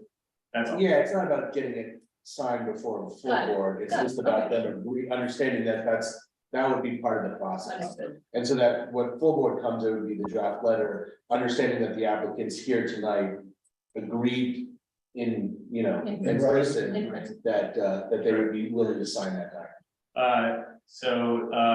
Hearing all that, would you be willing to sign a document that agreeing to all the stipulations we've discussed this evening? Yes. Right. We haven't made a motion. We have not, but I'm not about to. Right? I know. Okay. I'm not making a motion. Okay. No. Would you like to make a motion? Make the motion that we move forward with the letter. So that would be a letter of approval, subject to the conditions and stipulations that we've agreed to, which I've read out aloud already, and I'm not going to repeat. Yes. And I said. Okay, all those in favor? All those opposed? Did you skip the present not eligible? And abstaining, thank you very much. Thank you for your time, thank you for your presentation, and good luck to you, and we'll be in touch. Thank you guys for your time very much. Greatly appreciate it. If you're ever in the need of anything I Love New York souvenirs, please come on by to our stores. Right. Jesse, can I clarify, did the motion pass? The motion did pass. The motion did pass. Okay. 3-1. Great. Thank you, guys. Thank you, guys. Thank you. Yeah, Jim. Not just rubber stamps. Thank you all. Great. Next on our list, move right along. We have 58, this is number 6, because number 5 on our agenda is postponed. Number 6 on our agenda is 5860 9th Avenue, NYC Green Girl LLC. No, I think he was just here for that. Oh, Right. you were here for that. Opposition or community speak. For the last applicant. No, for this. Oh, for this, oh. Teresa, do you need to be on for a future applicant on tonight? All right, I'm gonna skip. I do not. You can kick me off. I don't want to kick you off. Can you just leave? Oh, yep, I'll just leave. Sorry. If I kick you off, then you can never get back. I don't want to put you on the bad list. Thank you. Okay, now we're up to 5860, right? Yeah, All right. correct. Can we do something about the amplified music that plays when the I Love New York store? No. It sounds like the very first thing that like I got called it when I started here, Really? Yeah, that's the first issue. The music is. Can you please raise your hand if you're here for 5860 9th Avenue? I think Michael. No, Michael was, No, Michael's aware more. So, no, sorry, you're an applicant, you're the applicant. I think it's Amelia. Jeffrey, who is it? Yeah, it's Michael Shaw. Oh, it is Michael, sorry, he's also, okay, sorry, thank you. But no one does that. Very confusing. Yes. Wait, I'm sorry, who all we That was who we just heard from. He's just saying it out. Yeah, That was 301 West 40. Yeah. All right, Take over. go. Jeffrey, the floor is yours. All right. Can you guys hear me okay? Yeah. Great. Okay. Well, thank you for taking the time tonight on a late night to hear us out. By way of introduction, my name is Jeff Schultz. I'm a partner at the law firm Foley Hoag. We are a global platform law firm with a robust cannabis industry practice group, and have represented cannabis operators across the country since 2016. We currently represent a number of New York applicants and operators, including everyone from card applicants and operational card licensees to registered organizations, which are the medical operators. I've been practicing law for over 17 years and for the last 5 in the cannabis industry. And I'll introduce you to, I'll let Michael take it from here. Thank you, Jeff. My name is Michael Shaw. As you guys are aware, I own the building through Delsha Capital, but I am also applying for a cannabis license here at this location. I have been a real estate investor for 17 years. I'm also a licensed attorney and real estate broker. I got into SLA licensed restaurants and bars approximately 10 years ago. I'm a license holder on, I believe, 4 SLA licenses. All are in good standing. And we view cannabis retail as a natural extension of both our real estate and our operating businesses. So as a result, we're making this application to open a dispensary at 5860 9th Avenue. We're going to source products from a wide range of suppliers with an emphasis on small farmers, business owners that have been negatively impacted by cannabis prohibition, and by employing people from the community, with an emphasis on people from underserved communities and have been impacted by the war on drugs. We do not have a general manager yet, but we are talking to several different multi-state operators who have a history of compliance and understand New York City's seed to, Jeff, what is it, seed to customer or seed to sale compliance requirements. Details have not been finalized, but as soon as they are, we will share that. The property is on an avenue, so we do not have side street issues. There's construction on one side and a Google building and a T-Mobile on the other. So it's a fairly, dense commercial location. Our hours of operation, on the questionnaire, we wrote 10 a.m. to 9 p.m., but I think it's going to be 10 a.m. to 10 p.m. We understand that security is of paramount concern to the community board. We're dealing with Sapphire Risk, a national recognized security consulting firm that's done over 150 security buildouts for cannabis businesses. Jeff has been working with them and recommended them. I'll let him speak a little bit more about our security, our community outreach. Yep, sure. So just to level set before I get into security, in light of the fact that OCM announced the opening of the application window period just over a month ago with a deadline of now November 17th, we're working under a pretty tight deadline. So we only have a few more weeks to submit. So we're really here to provide an overall sense of who Michael is and who he is as a businessman, and we plan to operate and make commitments toward the goal of becoming a licensed operator eventually when OCM issues the license, and being a good neighbor and a community member. With respect to security specifically, yes, we've been talking to both Sapphire Risk and Temeka Group. Temeka Group, if they're not familiar to you, has done several of the build outs already for the card licensees, including the security overlays. So we'll be working with one or both of them, and they have deep experience and years of building out licensed adult use medical and adult use dispensaries. We'll have a detailed security plan, security and safety plan, standard operating procedures for inventory control, storage, and diversion prevention. Diversion prevention is a fancy phrase for avoiding people stealing your product. Again, more standard operating procedures with respect to waste disposal and sanitation. And then I think of paramount concern to the community board will have very robust SOPs with respect to age verification, which at a minimum will have a security guard outside the premise who will be scanning IDs so that nobody under the age of 21 is going to be permitted to enter, notwithstanding the fact that the MRTA and the regulations promulgated thereunder do allow people to enter the store under the age of 21, as long as they're accompanied by somebody over the age of 21. We're just not going to let that happen at all. It's not worth the risk and probably the increase in your insurance premiums. I know we're not here to relitigate legalization or the scourge that's become the illicit smoke shop problem. But this store, just to differentiate from what you're seeing in the neighborhood and what is metastasized in the neighborhood, the store is not going to have bright neon lights. It's not going to have a big weed leaf in the window. In fact, you will not be able to see any product at all from outside, unlike a liquor store, which is actually a little less strict. The signage and the design will not be attractive to minors, all consistent and compliant with state law.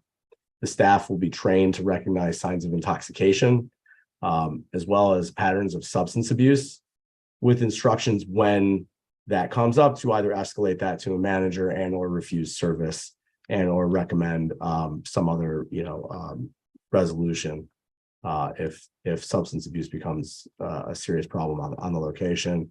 Staff will also be, including security outside, will be trained to identify straw man purchases, meaning somebody coming in who's over the age of 21, selling it and handing it off to somebody who's not.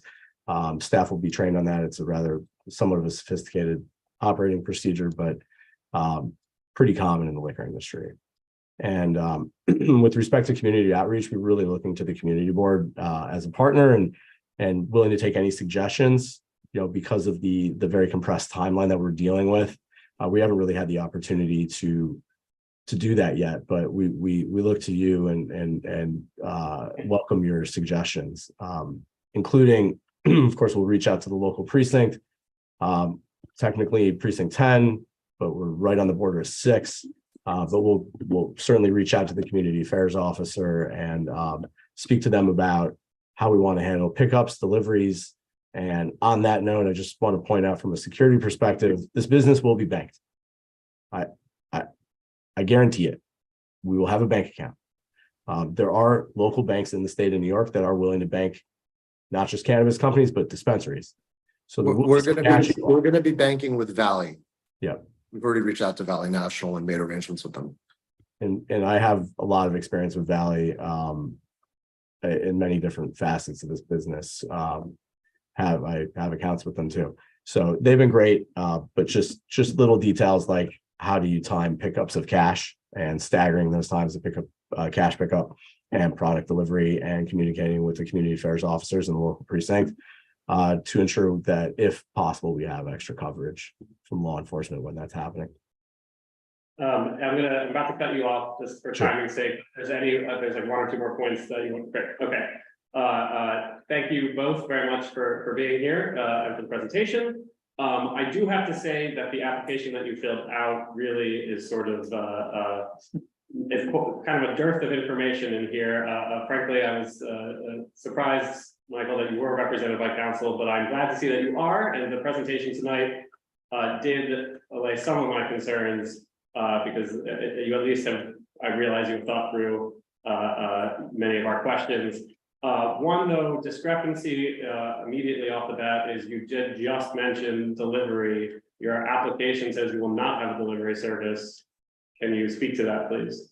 Yeah, that was an error. So one of my operational team members was supposed to be here to join me tonight. He had a family emergency and he could not join. But when I saw what he put on the questionnaire, we do want the option to allow delivery within whatever the radius is permitted. Okay, And Jesse, if I could real quick, just to supplement that response, we have thought through delivery SOPs. I think, as you already know, state regulations require us to employ every delivery person. So they will all be employed by our business. They'll all go through thorough background checks, whatever vehicle likely. They're going to be geotagged as well. And the delivery orders will require photo ID at the time of ordering and upon delivery to confirm it's the same person. okay, And all delivery will be credit only, not cash. okay. So you will be adhering to the standards set by the state and maybe even going above and beyond that. So that's good to hear.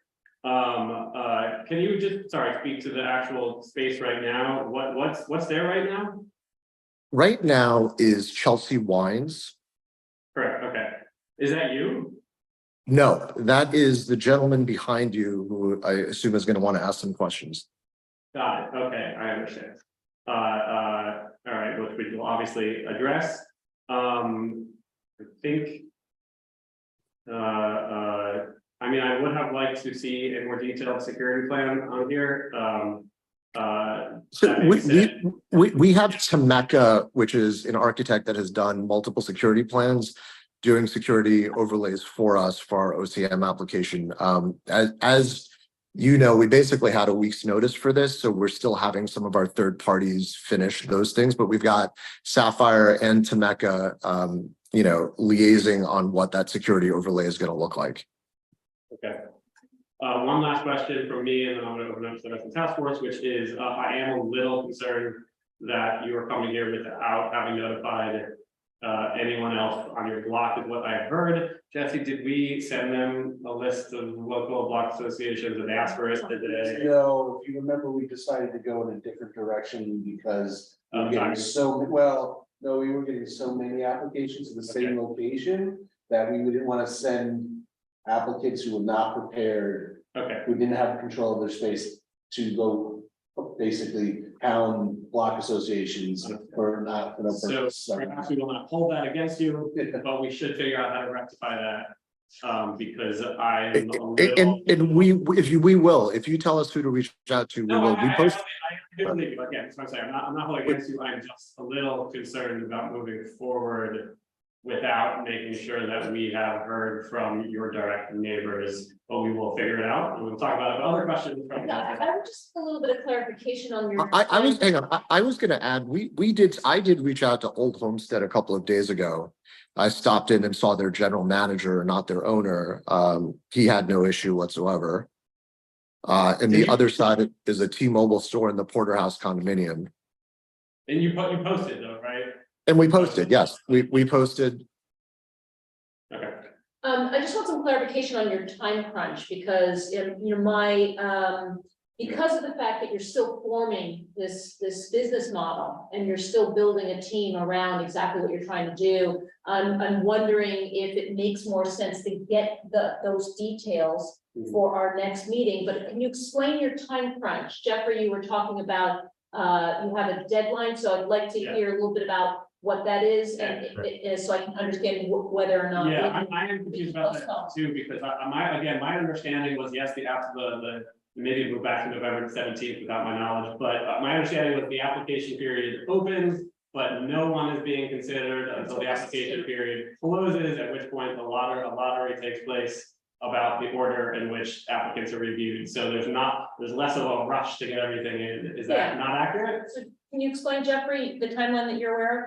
Yeah, the deadline for expedited processing of retail applications is November 17th. It was November 4th. It's been extended by 2 weeks. So that's now the new deadline. So we do have, the pressure valve was released somewhat. That was announced last week, well after this process had already been put into motion. I'm sorry, this is my own naivete, but what is this expedited processing? I have not heard of that from OCM. Right. So if you are applying as a retail applicant or a micro business, which is not germane to this conversation, but a retail applicant who is looking for expedited processing of their application, you have to do so with real estate secured as of the date that you apply. Up until last week, that date was set at, as you know, November 4th, or November 4th. It was November 3rd. Either way, it's next week. Right. This did not leave a lot of time. And as you know, that announcement about the app window opening did not occur until the Cannabis Control Board meeting on September 12th. Right. So that only left a few weeks. We're only 5 weeks from that announcement. 5 weeks.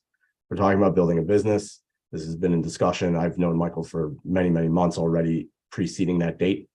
We're talking about hiring a general manager and some staff. Jeff, I can speak a little more because the woman who is speaking, she said, you know, if we don't have a business plan or things are baked out, but I want to address that. We've been working with Canna Advisors, which is a consultant in the space, for going on 15 months now. We have detailed business plans and projections for this, as well as 2 other locations in my real estate portfolio. And we have a multi-state operator in mind lined up to take the space. I just didn't want to say for sure that they're going to do it because we haven't finalized and signed an agreement with them. But this is much more baked than I think the perhaps the impression that we gave on. No pun intended. No, it's look, I think, and if my director of operations was able to make it, you know, he's got extensive operations running bars, restaurants, securities, dealing with lines of people, intoxicated people. We have security at all of our bars and venues. You know, we know what we're doing, and our planned multi-state operator knows cannabis and the compliance aspect very well. Thank you for that clarification. Just because you mentioned that you have in your portfolio multiple locations you considered, could you speak to a little bit why you chose this location as over something else in your portfolio? So we're allowed to apply for multiple locations. So we're applying for a total of 3. We thought this was one of the better locations in our portfolio. And I don't know that I necessarily wanted to get into this, but unfortunately we had payment issues with Chelsea Wine, and that has necessitated our needing us to re-tenant the space in order to pay the mortgage. Understood. Thank you. Thank you for that. Any other questions from our? Sure. Now knowing that you might consider delivery, any thoughts where the delivery folks will be? Because that's a busy sort of curve coming around 9th Avenue onto 14th Street. And there's a park, some Starbucks and Apple. I was going to say, yes, sir. There's an egress corridor that goes from the back and then exits onto, I believe it's 15th Street. Oh. So we would presumably have the delivery people running out of the back and then going through that egress corridor and then doing it, and then leaving on delivery routes. There's like a little backyard area as well that they can station their bikes or whatever method of delivery they're going to use. Thank you. Yeah. I'm curious about your comment that your deliveries will be settled with credit, which is one of the biggest challenges that marijuana stores are going to have. Is Valley National Bank going to be providing that credit? And in addition to that, are you going to be handling your payroll through them? Are they?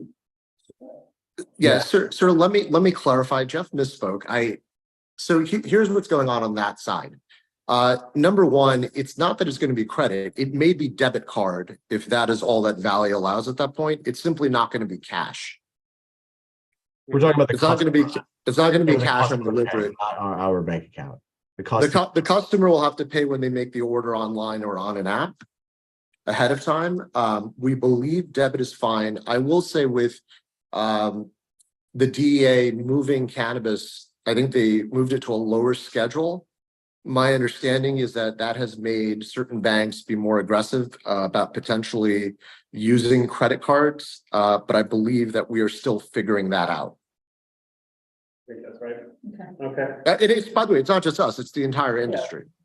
So is Valley National going to process your payroll? In your application, you were saying that you might have 10 employees. Are they gonna process, Valley National gonna process your payroll?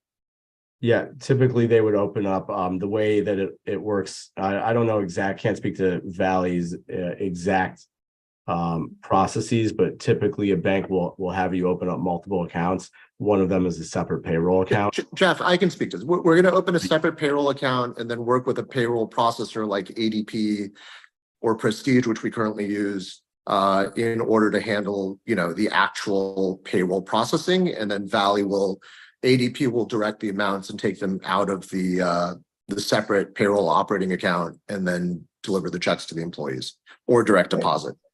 And you're sure that they're gonna do that? Because many banks are not wanting to do any type of business, if they're federally licensed, to do any business relating to cannabis.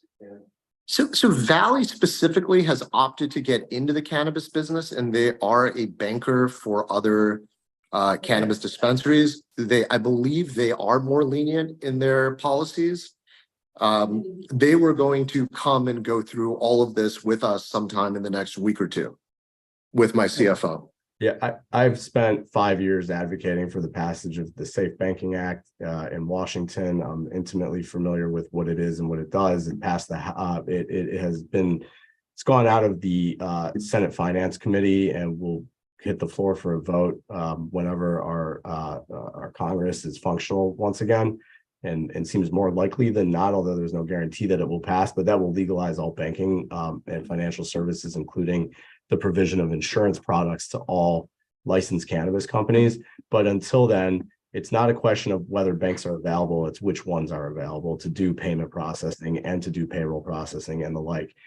Jeff, I can also say New York has a bank. Jeff, we've also looked into this with my controller, and before we heard that Valley was actually going to offer full banking services, we were planning on using a credit union, which is what people in other states have done. And there are several credit unions that are offering services in New York to the existing open licensed dispensaries. Okay, excellent, good. So I just wanted to give you a little piece of information, if it's helpful at all. The regulation says that you can't be 1,000 feet from another dispensary. So according to Google, just looking at our next application that's coming, you're about 1,000. It's 1,056 feet. I checked. Yeah, it's neither positive or negative. I just wanted to make sure that at least that the next application is close. We did, and let me address that. They are east of 8th Avenue. There's 960 feet between 8th and 9th Avenue, and they are further east than the corner, and they are on 14th, and we're between 14th and 15th, so we will be over 1,000 feet from them. Yeah, I just wanted So neither us nor them presents a blocking issue for each other. Yeah, but I just want to make sure you're aware and you are. Great. Thank you very much. Yep, that was flagged for us. We know we have one member of the public here with us in person. If there are other attendees who want to speak on this who are on Zoom, please raise your hand. I think we'll hear from the gentleman who's here in person first. But again, if you want to speak to this particular application, please raise your hand online and we'll move you over. Sir, do you want to come back and sit closer to the microphone so we can hear you? I don't really know what I'm supposed to say or in what order, so I just have a question for Michael in the beginning. Well, sure. Do you mind just giving us a little bit more background on who you are, what your relation is? Michael Biancars. I am on the lease for the retail store. Yeah, okay. And as a co-signer and the occupant in the basement for full retail liquor sales. My wife is the store and I am a lounge. We moved out of Chelsea Market. We were recruited by Michael Shaw. We also have wine storage, and Waleed is the guy with the t-shirt right above us. And there is a smoke shop that is one of his tenants. And he told me Waleed was the operator. So our storage customers are some pretty, like high-flying New Yorkers. And we've been getting yelled at. So we've had to make deliveries at the store and pickups at the store to avoid this smoke shop. And it's his condo. Okay, sure. Sure, so just so I understand, I was confused, I for a second then thought you were the proprietor of the Chelsea wine store that this space is gonna take over, nothing to do with. When I saw, Waleed before this, that's the only thing that, I realized, I felt the same way, like, what's going on here, Okay. so. So, and that you have so your concern is with the smoke, what you perceive to be an illegal smoke shop, or that is not I licensed? don't know anything about marijuana. I just know that there's a smoke shop in his And is it relatively new? Did it open last year or two? It opened in like 3 months. Michael, is one of your tenants a smoke shop? And can you talk about, this is, it is related to your ability to, our trust in you to run your store legally and responsibly. If obviously we'd like to know that you have not signed a lease to someone that you know to be selling without a license. So if you could speak to it, we'd appreciate it. Sure. So I have absolutely no leases at any of my locations to any smoke shops. So do you know what this gentleman is speaking, Michael here is speaking to? Is it a different landlord? Is he just? I believe he's talking about something at 50th and 7th Avenue. I don't know specifically what he's speaking about. The tenants at that location are Mr. Gancar's wine storage built in the basement, Waleed's gift shop, which is a souvenir shop that's about 3,000 square feet that sells a bunch of I Love New York t-shirts, a Dunkin' Donuts, a bodega that has not yet opened, and then a diner and cafe on the second floor.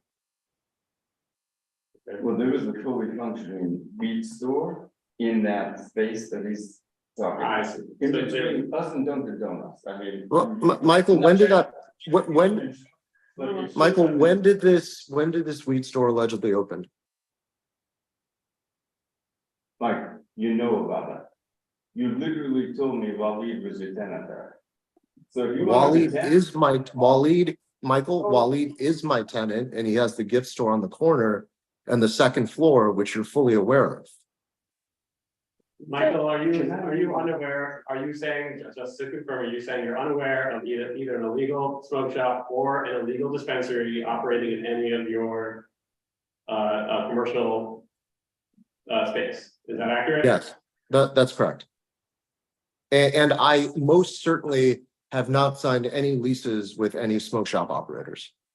I'm very cognizant of the DA's notice where he's penalizing landlords for smoke shops and using landlords to evict them. If we did have anyone operating illegally in one of our places, we would absolutely comply with the district attorney's requirements and seek to have them cease and desist immediately. And that seems to be what Mr. Gancar's is saying, but I'm not aware of what he's talking about. I am aware that Waleed is my tenant at 7th Avenue on the corner.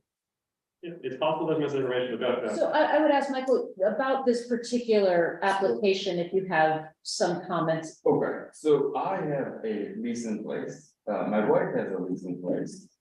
And these notices that you asked about were placed on the apartment building to the right, hidden behind trees, nobody could see.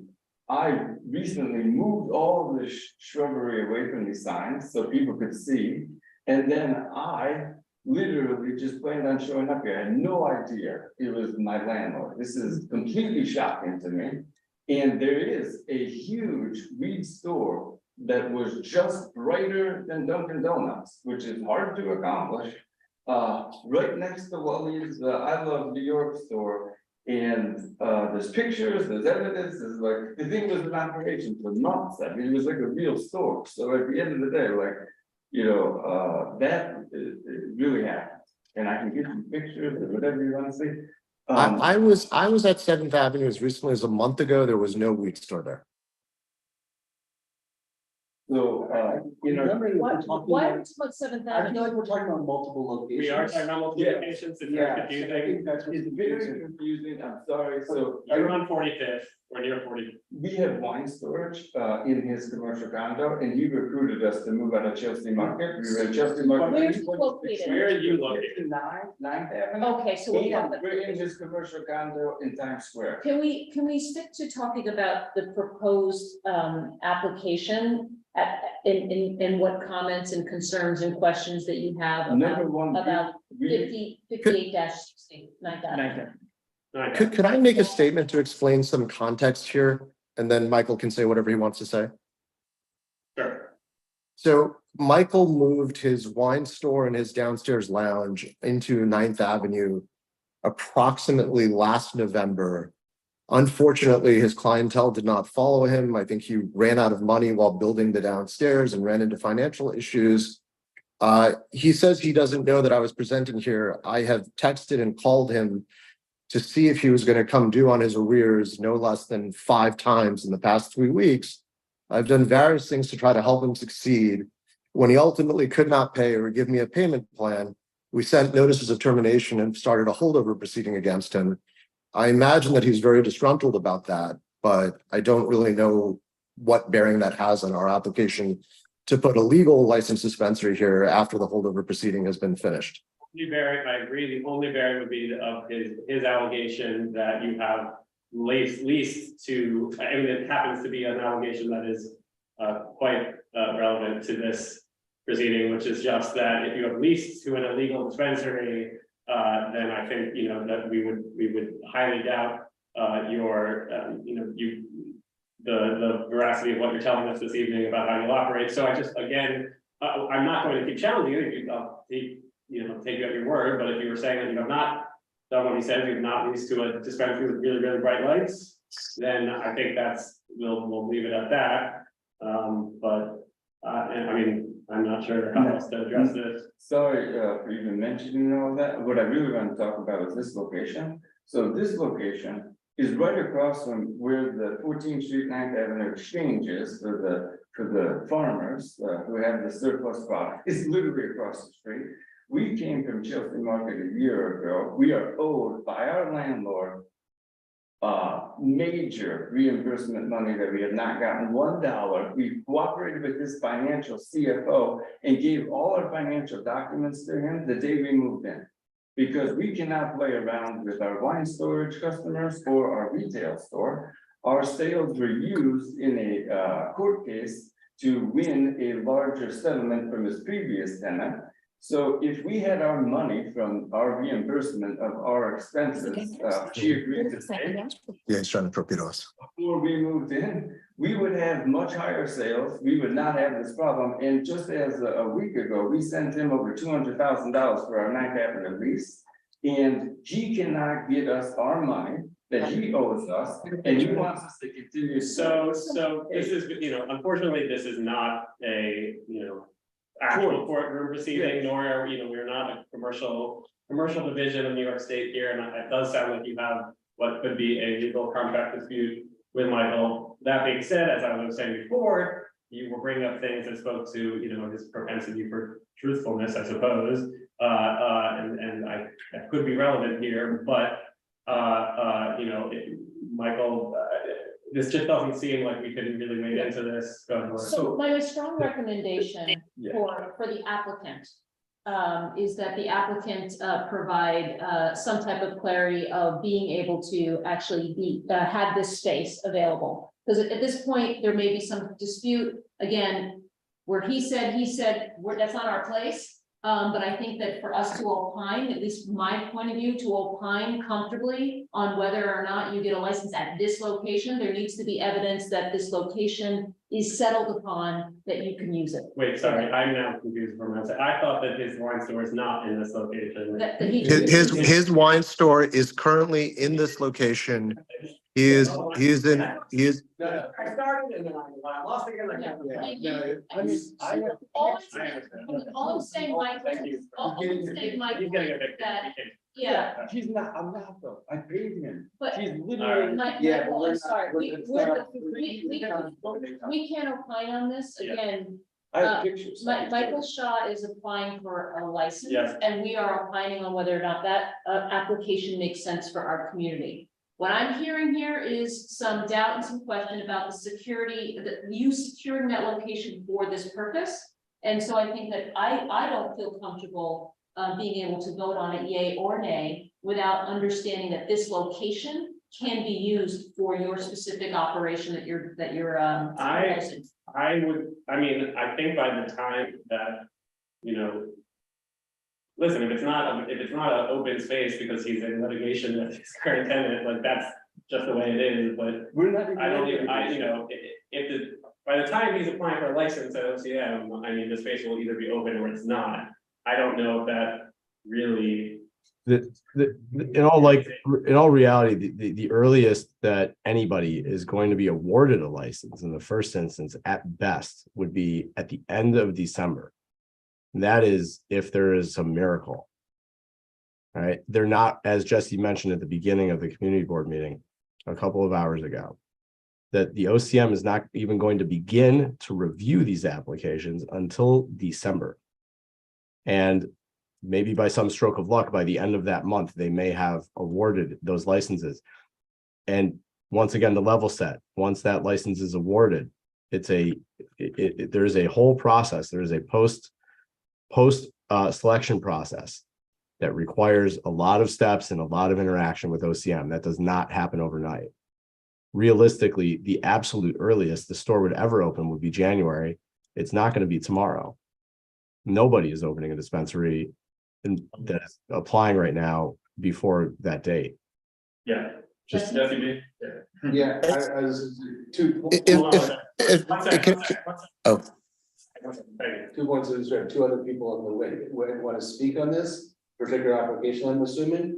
I also want us to be cognizant of time. Yeah. And then I do agree that the reality is that we've never, I can't imagine when we would have done this in, asking an applicant to postpone until their legal, until their, legal, issues about an eviction case is resolved. That's my only concern, is that we couldn't put that around, we couldn't ask that postponement, and so therefore our 30 days goes. Yes. We have done that in VLP. There isn't clarity about either securing a space, method of operation, et cetera.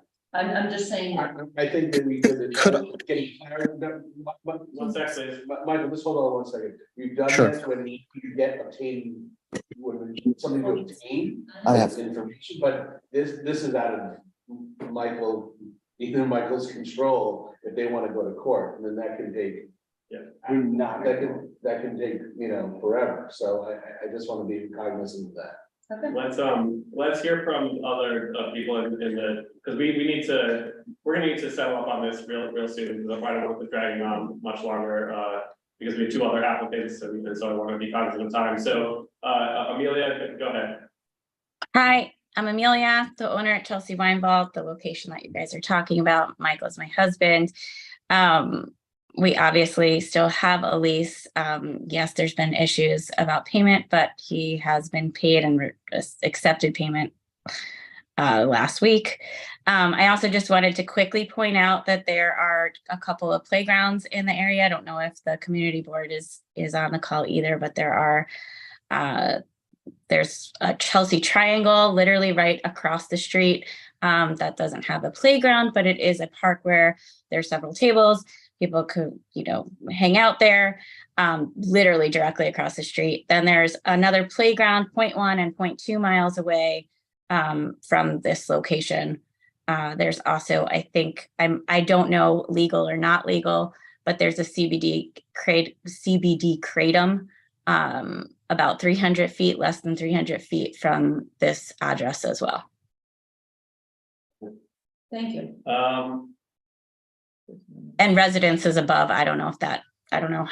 It is on an avenue, but there are residences above the location. From a regulatory compliance perspective, none of those issues are relevant. However, I will go back to what we said about our security SOPs, that the store will not have visible product right from the street. There's no intention to market to anybody under the age of 21. None of the products will be sold. Will be attractive to anybody under the age of 21 as required by New York state law. And as far as the CBD kratom store, it's not germane at all. In fact, I think part of the intention here is to clean up the neighborhood with legal operators. Thank you. I think we're going to move to discussion with task force, Michael, I think we've heard from you and your. I and your don't wife. even know what I want to say. It will take me 2 seconds. All right, this is really it, and then we're shutting down public comment. So we have a lease in place. He doesn't have our permission to apply. We didn't give him a sublease. We have our lease in place. We're not in court over our lease. We do not have any compliance issues with our lease. He owes us more money than we owe him. It's a fact. And there was a smoke shop next to our wine storage in his commercial condo, activated, and we had 100 complaints from our wine storage customers about the smoke shop. Okay, thank you very much. We're gonna now speak amongst ourselves.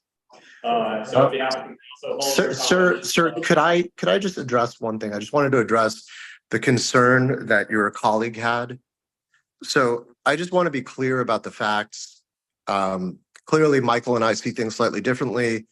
They did have a lease. His wife has admitted that they were in arrears. Termination notices were sent. A eviction proceeding is underway. He's going to get to assert everything he wants in court. But the reason I don't want to come, and I do have a lease after terminating their lease. I wrote a lease to this entity that's the applicant. I am the landlord. I am capable of doing that. If somehow Michael prevails in court, he'll keep the space and I simply won't get the license. If on the other hand, he does not pay and I don't get an application in by November 17th, I'm going to lose my building to foreclosure because I've got a non-paying tenant on 2 floors. And that's not fair to me. Thank you. So we're gonna now talk amongst ourselves. So I'm going to say, as would be our position in VLP or anywhere else, it is not going to be for us to opine on a dispute between 2 private entities who can obviously settle this in court if necessary. And it does sound like the dispute over this lease, it may or may not be a vacant spot by the time that this dispensary license is or is not granted by OCM. But I do not think that that is for us to opine on or get any further into this dispute and spend any more time on it than we already have.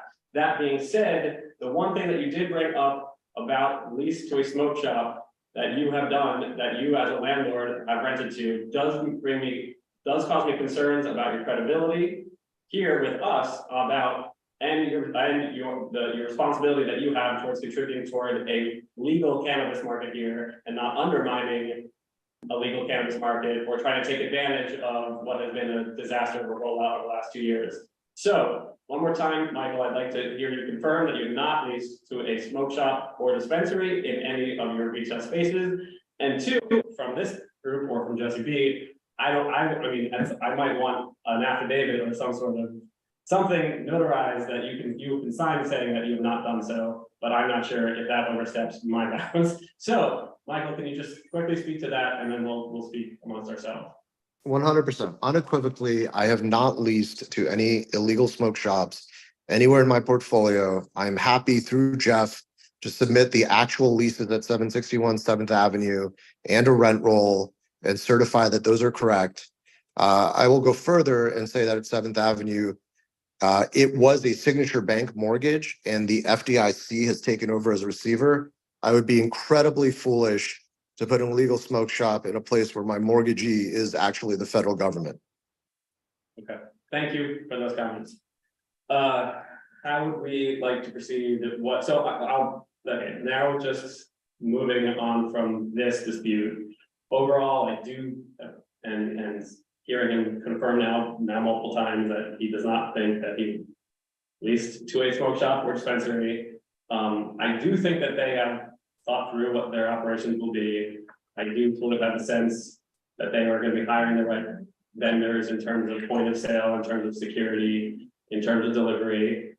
Little, again, upsetting that they filled out, but they're not going to be delivering, and then finding out here that they will be delivering is a little upsetting. And those are just things that I'm saying. I don't know where to go from there, but if people have thoughts, please let me know on how we might proceed. Yeah, not to belabor the point, I did see a comment, I'd forgotten, there is a school on 15th Street, right? And this is younger kids on 15th Street. Any thoughts about that? Give the exact address. I'm sorry? You have the- I can't now, but I know it's a private school and it's among the townhouses, it's, and they're smaller kids. It's around the corner, so technically not on the same road, Oh, but. It's not on the same street. It's not violative of the regulations or the MRTA itself.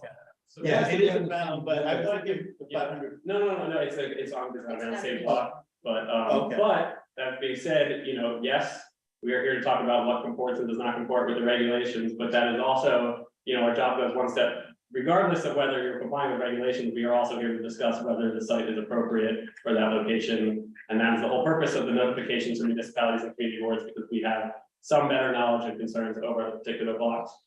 Raul, any thoughts? Well, the application did seem to me a bit rushed and incomplete. Yeah. Especially in the area of the security plan.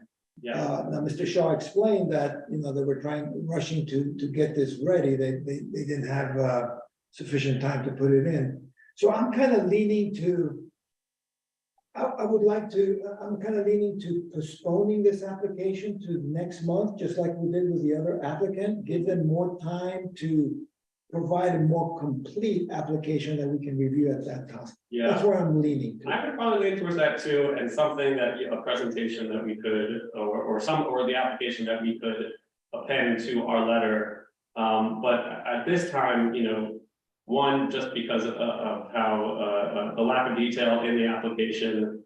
Two, concerns that, again, I really am not weighing in on the dispute between you and your tenant. I'm not doing that. No, you've been very clear about what your concern is, and I understand it fully. Okay, great. And so I think it's. And I was going to say, I think we will have our security plan later this week, and Jeff can submit it. Okay, great. Well, and then the other third thing is the lack of, and I understand he has certain biases, but he did bring up allegations about notice and where notice was posted, but we also know separately from you, regardless of that, it doesn't even matter for sure or not, regardless of that, we know that you didn't get a chance to notify the local block associations, and we're not holding that against you, except for the fact that it would be easier for us to just postpone this 1 month so that you can have time to speak to the local blocks to make sure that all the neighbors know you're coming, that they don't have concerns. Again, I'm now going back to be confused again by Jeffrey, who did seem to confirm that applications will not be being reviewed until December. So I'm not entirely sure. And I don't think they're on a first come, first served basis. Right. So I don't understand why we need to rush to get this in. That is, and again, it's changed so many times that it's, at one point, it could have been, but Jeffrey, if you can speak to that, please do. Yeah, sure. The initial dates that the Cannabis Control Board announced in their September hearing was that the application window would open November 3rd and close on October would open October 3rd and close on December 4th. However, to apply for expedited processing, which would require you to demonstrate control of your property, you would have to not only demonstrate control over your property, but apply before November 3rd. Right, in the first of the 60-day window. That window just got pushed out by 2 weeks. Okay, This is only for the expedited. Only for the expedited. So here's the thing, the chances of, I still think chances are good that OCM or CCB is not reviewing your application until later in November, early December, regardless. So I think what we would ask for you tonight is to stipulate to extending our 30-day period so that we can comment at the end of November and you come back to us then. I think that would be, because I don't want to lose our comment period, but I think postponing our vote on this would be best, because at this time, I think we would just have enough doubts. I mean, you've seen the other applications, you've seen what makes us feel comfortable, as we are learning what makes ourselves feel comfortable. So, if you, and again, and really, I know this wasn't on you, but not knowing that you haven't notified the proper block associations does concern me, and Jesse B will now be telling me something. Yeah, for clarity's sake, I just want to be, the one thing about the blocks is that we just made that decision early on, so none of these folks, unless they did it on their own, Yeah, We did not send them contact, so I just want to be clear. I did not, I don't think I did not. Yeah, I was just gonna ask the clarifying question, if you have provided us with that instruction in any of your notifications or communications with No, us, we did not. the other We made applicants it on that? early because we were getting so many I didn't of the realize. same applications, and so we did not want to send people off on goose chases. I see. And presentations that were not gonna be effective. We could certainly look into, I don't know exactly when the 30-day notice was delivered to us. Yeah. So I don't want to be beholden just to that. We can request that extension. We normally would ask the applicant to agree. Yeah. To hold off. I do think under this scenario though, because we know even if they do apply, things are just not gonna, it doesn't like it's happening overnight, that I think it'd be fine if we just basically ask them to commit to coming back next I month agree. with a more robust Yes, information, understanding that they might go ahead and have to apply apply without. without our notice beforehand, just because Yeah. we just know that OCM is just not gonna get to. Right, but we will get, if we come back in November, we promise to, be able to write a letter at that point, one way or the other, but it's so you'll be able to, include that in your application or supplement your application. We also don't have a date yet in November, but we will figure that out very soon. But basically, so we can move on, would you be willing to agree to come back to us in a month? This should not prohibit you from applying on November 17th, but please, if you were willing to stipulate that you will come back and seek our advisory opinion at that time, we would appreciate it. Real quick, before Michael responds to that, just a timing and procedural question. When you guys, what happens next is you provide your recommendation, I understand, to the full community board after this meeting. When is the next community board meeting where they will actually vote on approval? November 1st.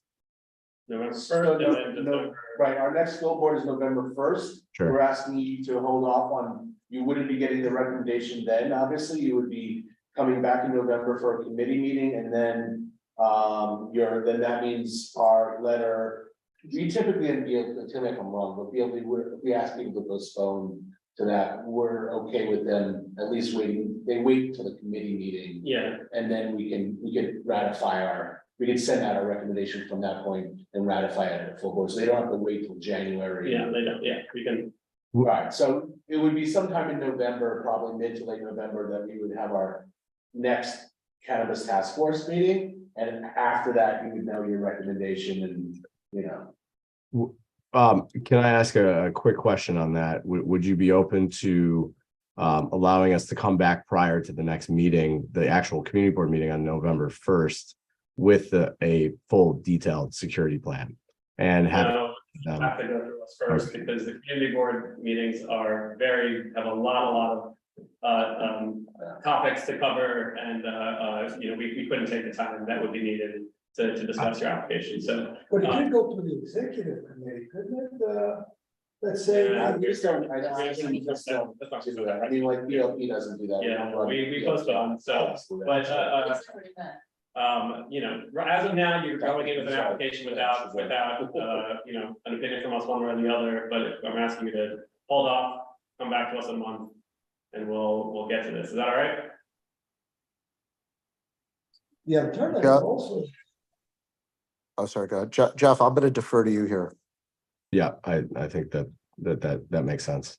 And if we could get a detailed written statement on clarifying the exact stipulations, just so that we know exactly what to do, and we can go notify the block associations tomorrow. I can get We'll send you a block associations. Yep, we'll send you a block associations notify. I'm telling you now, this is your notice that we're looking for just a more detailed plan, something that we can say that all the different regulations regarding how cannabis is stored, security plan, delivery plan, signage, everything that the application requires. And then, if you want to add some comments and context around this, no, don't, let's just do that, and we'll come back in November. And we'll send you the date also as soon as we can, but it sounds like you're agreeing to that, and if you are, I'm gonna ask that we move on to our next application. No, sorry. Yeah, Jeff, I'm okay with it. Yeah, we'll agree to that. Thank you very much, thank you for being here. I'm sorry I don't have time to address it, it's just we have. Follow up with Jesse, send him an email. Okay, great, thank you very much. Thank you so much. Thank you, everybody. Move on to our next applicant, 245 West 14th Street, Leafy NYC. I don't think, it would not be fair for any of our later applicants to receive less time than the others. That being said, I still just encourage everyone to try to be as expeditious as possible with their presentations It's just time. as we will be with our questions. Thank you. Thank you, Mike. You're welcome, guys. We'll see you next month. Thank you.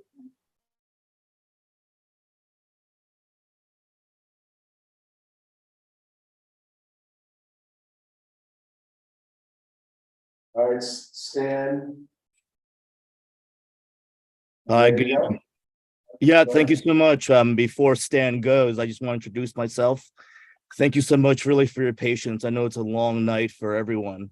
But in addition to sort of what everyone else represented, we did want to explain ourselves and sort of our bona fide qualifications to successfully operate a licensed adult use dispensary.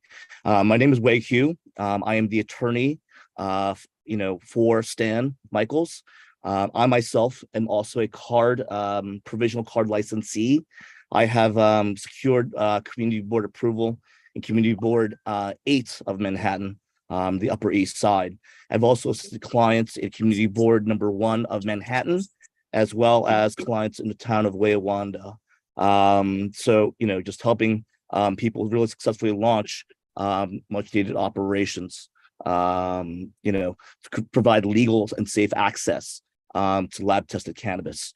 So in short, in addition to being the attorney for Stan Michaels, I will be also working with him in terms of implementation, developing a safe, finalizing the safety and security plan for him, including full 4K resolution, 8 megapixel resolution security cameras, a security alarm system, as well as motion sensors, as well as sort of secured and fortified doors. He proposes to operate at 234 West 14th Street. That is, a very big and busy commercial and pedestrian neighborhood. He is surrounded by commercial restaurants. One of the fortunate things and one of the great things about cannabis, since it is plant medicine, is that his store is ADA accessible, with a lift down to the retail area. Stan is serious as a heart attack in operating this. He's already secured a lease, for this property, has retained me, and has retained both an architect and a security consultant to make sure that the premises will be 100% secure and compliant with New York State OCM requirements. Just like you said, we didn't really want to put the cart before the horse. He is not a card applicant. He's applying with the property under the open licensing period, which is why we wanted to notify you once the state pivoted in their process for retail dispensary licensing. Stan, did you want to really speak about yourself and your own experience? And I could really follow up with any questions, but we could both follow up on questions that you'll have. Sure.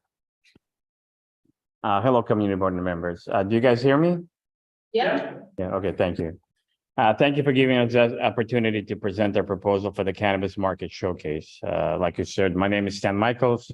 I'm a lifelong New Yorker. I have over 20 years experience in retail business. In fact, I had 2 of my previous stores here on West 14th Street and 6th Avenue. Currently, I'm the owner and operator of Leafy NYC. We're a cannabis dispensary. We have a location secured. In fact, I'm here now. My manager, unfortunately, she had to leave. Her name is Lourdes Escobar. She was working with me for about 6 years, and she will continue to work with me here in the cannabis dispensary. Not only that we apply for a cannabis dispensary license, we also want to host a cannabis market showcase in our location. Our location is pretty big. It's large, if you could see it here. We have plenty of room without having to have crowds outside the store. We have plenty of room to host this location. But one of the main reasons we want to host this event is to educate customers, address the problem, as everybody said, with the unlicensed dispensaries in our area. Literally, there are 2 smoke shops right on our block that not only that, there's only on 8th Avenue, there's another, the biggest one, but you guys know where they are. And hopefully the way we're going to run our business and the Growers Market Showcase, we will educate each and every person that walks into our doors about how to choose the right place to shop at, how to pick the right weed, and so on and so forth. Also, we are a legal dispensary, so we will be paying taxes. We will be paying good wages, healthcare, as well as that, and following all the safety standards that are available. Thank you very much, Dan. I'm just gonna cut you off there, Sure. if that's okay, because That's you have taken the time to fill out our application in a lot of detail, and it does sound like you have both, thought through the issues that you would be facing and understand, again, the regulations and rules of the dispensary market. I just have one question, and then I'll open it up to the task force. It's specifically about the Grower Showcase. If everything goes well for you, what is the earliest that you would anticipate opening the Grower Showcase? And would the showcase open when your store looks like it does behind you, or would you be waiting until it is fully refurnished and looks like a dispensary? Basically, what I'm asking is, when would it be opening? And 2, would it be a Grower Showcase in what basically looks like a dispensary, confusing people on what exactly is happening? Just like you to preface everything, as you know, the Grower Showcase is really what comes in is really a permanent licensed retailer, some cultivators who really bring people have worked on the farm, and the processors. So we really bring people who really bring their brands and their and really their products to the store directly. Stan, do you want to really, that's sort of the backdrop of what this program is, and it's really accelerate the adult use market and bring the upstate surplus down to the much needed legal New York City market. So Stan, did you want to talk about timing? Yeah, so just to address our location is a white vanilla box right now. There's no, it doesn't say anything about dispensaries, nothing like that. So when the Growers Market Showcase come in, they have their own displays. It shows that it's a growers market. There'll be no confusion as far as it's a dispensary or if it's a growers market. So they have all the sign. And what does the signage look like at that point? Like, does it look like Leafy 2 signage, or is it a sign in the front saying Grower Showcase? Grower Showcase. Okay, that's what I want to make sure. Thank you. Okay. And sorry, I might have missed. What would, if everything goes well for you, what would be the earliest that the Grower Showcase gets up and running, knowing that it would precede the actual dispensary if that got licensed? We're hoping to start it on November 1st. Oh my God. But that's not going to happen because it's way too soon. So most likely we'll be able to start November 15th, going to end of December. You've already received your Grower Showcase license, then that means from OTM? No, they're waiting. They requested me to wait until you guys say yes or no. I'll sign the paperwork. On the same page now, excellent. Yeah. Nice to hear. OCM has changed their mind Oh, about look at that. Showcase. Requiring community board approval. All right, thank you so much. Yeah, so I looked at this one and one of the things I just wanted to make sure for the record, since earlier on I had the issue with side streets. 14th Street is clearly an appropriate location because it is a commercial street. I think that it's very clear that Mr. Michaels has experience in retail, and then also meeting you, Mr. Hu, understanding that there is a real experience there in understanding what Mr. Michaels is getting into. I don't really have any issues with this location. The growers market, I actually think for this location, for the space that you are showing us right now, it's a wonderful space for something like that, which I think because of the fact in your application, you stress so much education, the growers market is something that provides inherently more education than just a dispensary on its own. So Great. Anyone else? So, Go ahead. okay. So I agree with my colleagues. I did have one question regarding the community notification relations, and while I'm impressed that you have this person, Jesse Bodine, down, what else have you done to reach out to sort of put feelers out in the neighborhood? Well, we posted the signs that were provided by the community board of 4. We posted them everywhere across the block. We also introduced ourselves to all of our neighbors, most of them close nearby us. I gave them all my phone number. I told them if there's any issues, please. We understand that we're going to have a lot of traffic coming in. We'll also have a community board advertising and promoting our fellow businesses across on our block. So this way, hey, there's a barber, why don't you come and stop by and see them? So we're gonna work with the community. I know how to work with them. I know how to work with all of them, since I did have businesses and they were all in local communities. So we don't see, any issues, and whatever needs to be done to introduce myself to everyone, I'll be happy to do it. Yeah, again, that was something I didn't realize that we hadn't asked our applicants to notify the blocks. We will change that policy going forward. We may, if it's okay with you, ask that you stipulate. It sounds like you've already done a good job of talking to your neighbors, which is the most important thing. So thank you for that. We may just ask that you stipulate to also sending out an email to the local block associations, just so that they are on notice that you are coming. Go ahead. Well, first of all, Mr. Michaels, thank you for waiting in that empty spot for like 2.5 hours. I hope there's heat.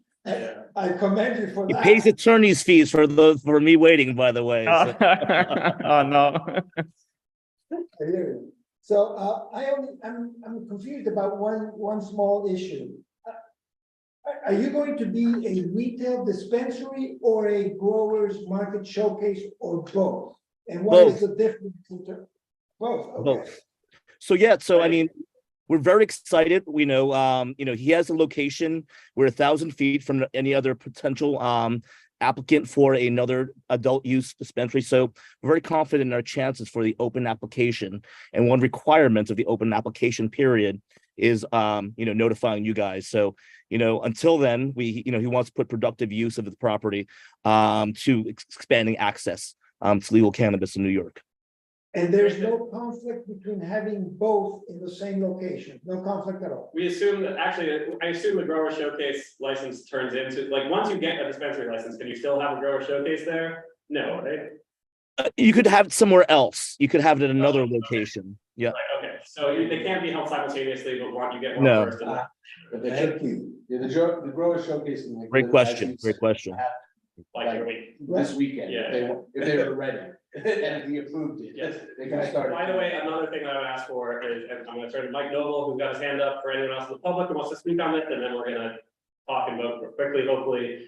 I do sincerely ask that you send us an email, Jesse Bodine an email, like a week before you plan on opening the grower showcase. So we want to know, we want to know that you're open. We would hate to, we want to keep track of who is opening in our district, and all the legal grower showcases and dispensaries that are coming and when they're coming. So please do notify us beforehand.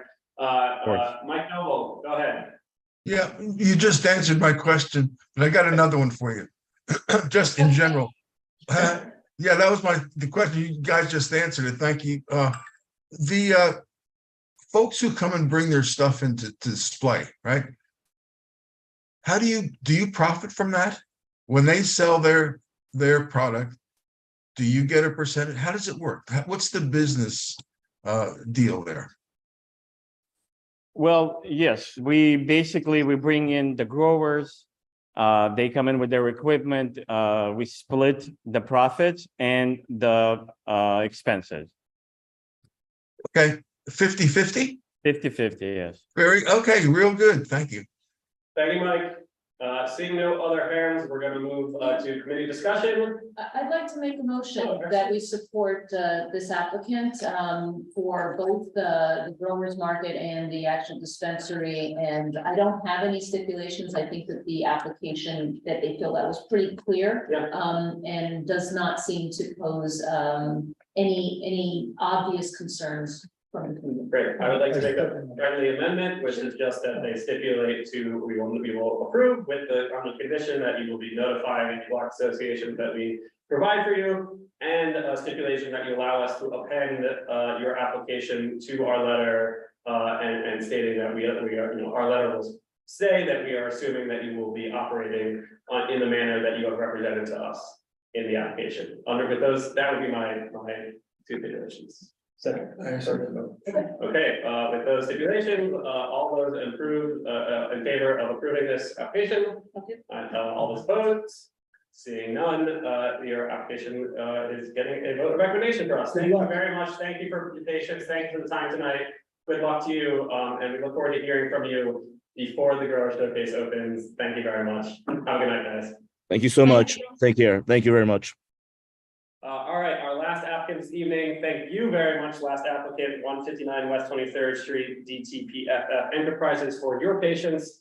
Again, we don't want to give anyone short shrift here, so you are free to make a 5-minute presentation, but I may be a little bit more aggressive. I'm cutting you off just so that we can get out of here before 10 o'clock.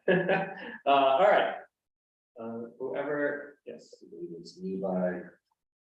I'm sorry, I got booted off from the Zoom for some reason. I apologize. No, it's okay, Stan. You can actually leave. It's okay. You don't need to stay Okay, thank with you. us. Thank you so much for your time. I appreciate it. Thank you. Thank you. All right, there we go. Oh, and Troy. Hey, I think we're just waiting for Laville to jump on. There he is.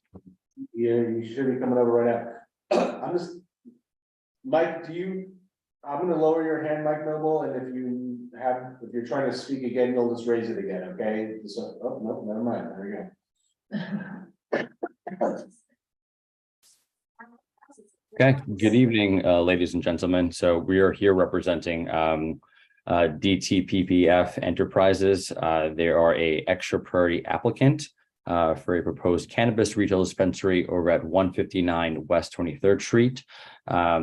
Our proposed plan is to incorporate and develop an innovative retail dispensary centered around legal cannabis. We have a well-established retail plan that we sent over to the board for review, detailing our overall kind of mission, our objectives, including our plans for security, cyber mitigation, and also for hiring within the community. Myself, I represent car licensees, in addition to other licensed operators in New York, New Jersey, California, elsewhere, New York City residents, a longtime entrepreneur and consultant, where Laville Sylvester, who would be the sole owner and operator here, is a justice involved individual who makes 80% less than the area median income, and is also a resident of a community disproportionately impacted by the war on drugs, quote unquote CDI, qualify him as a extra priority applicant according to regulations. In addition, Mr. Sylvester is also a Black New Yorker, native New Yorker that went to actually to high school here in Chelsea. And apologies for being off camera. Laville is actually currently on site for his job as a union member, supervising construction at Turner Construction. Laville, you want to introduce yourself? Hi, my name is Lavelle Sylvester. I'm proposing dispensary license for 159 West 23rd Street. How are you doing? We're working with the landlord. We're setting up security. Excuse me one second.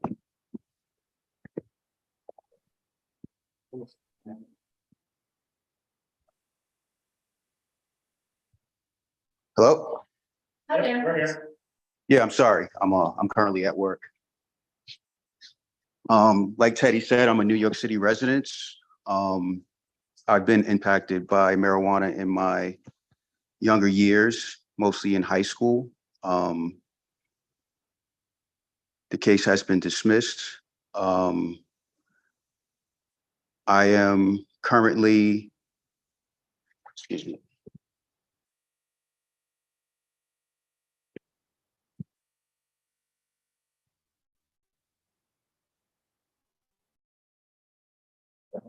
Oh, did we do something? Seems like Troy, are you still there? Yeah, I'm still here. I think we just had a trouble with Mr. Sylvester well, taking off for a second there. We were anticipating this going this long, so the workshop started at promptly over at 8:45. So we've been we had a book thing from 6 or 8:30, so we apologize in terms of the inconvenience here.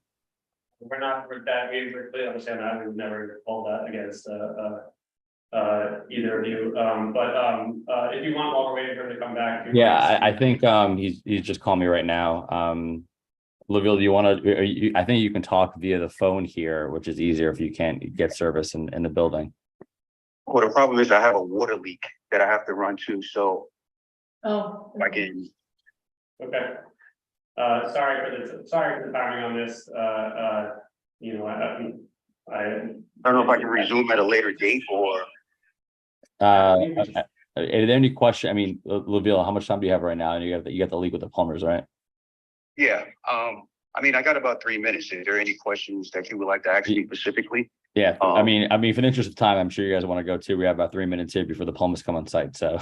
I mean, I have some comments, but just I'm concerned. But separately apart, while we have you here, it does seem like it does seem like you filled our application out pretty extensively. We appreciate that, so thank you for that.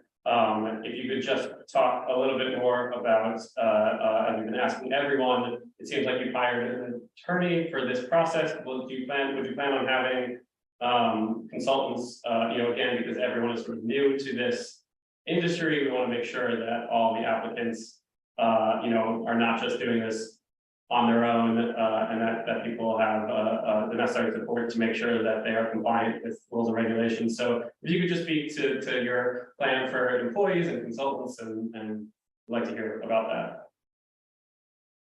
Yes, I hired the natural cannabis law firm, Vincenti, and they represent licenses all over New York City and also in other states. We intend to hire a seasoned cannabis general manager for at least 2 years. In managing the cannabis dispensary in urban markets to ensure that the business is run effectively, efficiently, and learn how interviewing 2 different providers. We plan to hire people also that's been impacted by the marijuana laws. People like myself, people of all different races.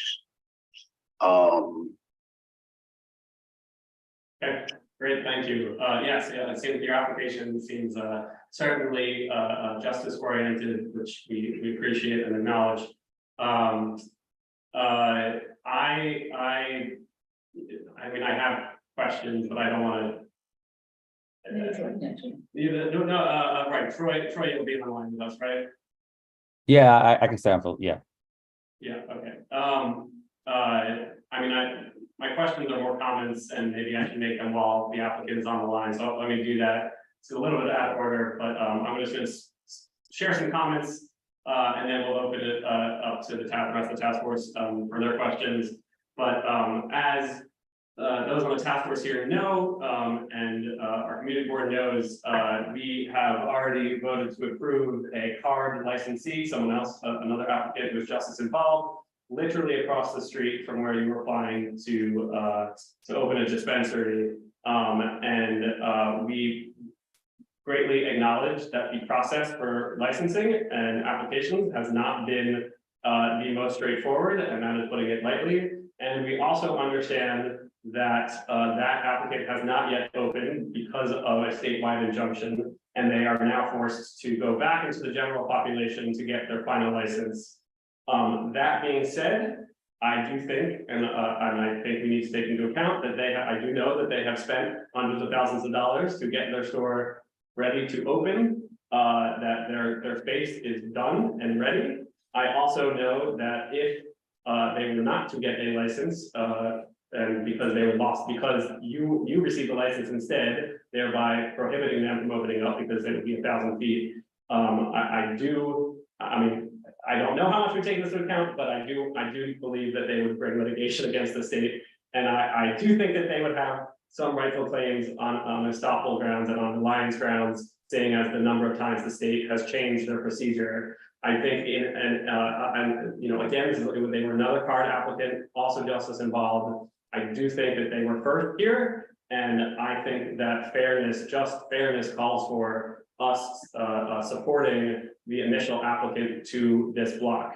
That is how I feel. I think you know, your application was really extensive, and we absolutely commend you for all the work you put into it, and we absolutely want to see you open a dispensary and succeed in our district, I think, but I don't think that this is the proper location. And so I'm saying those comments now before we lose you, when we may have already lost you for, you know, the actual applicant, but those are my comments. I'm going to leave it now open for questions for the rest of the task force. I think maybe Laville's still here. Laville, are you still there? Yeah, I'm still here.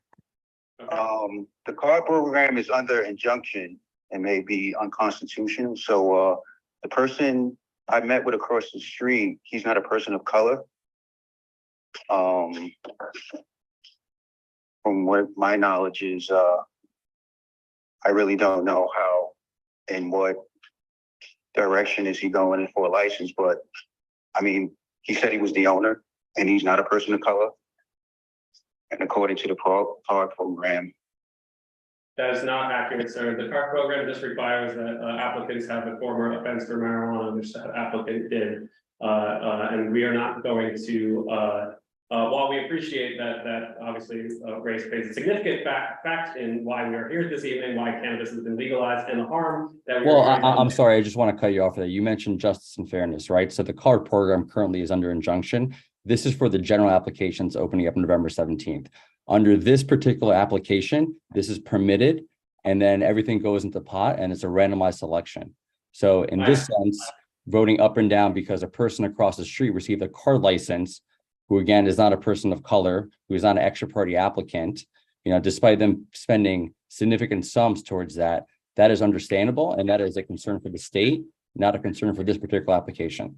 So in terms of you mentioning, advocating on behalf of another potential licensee across the street, that has no merits whatsoever towards approving or denying this application, based on the merits of this application per se. Yeah.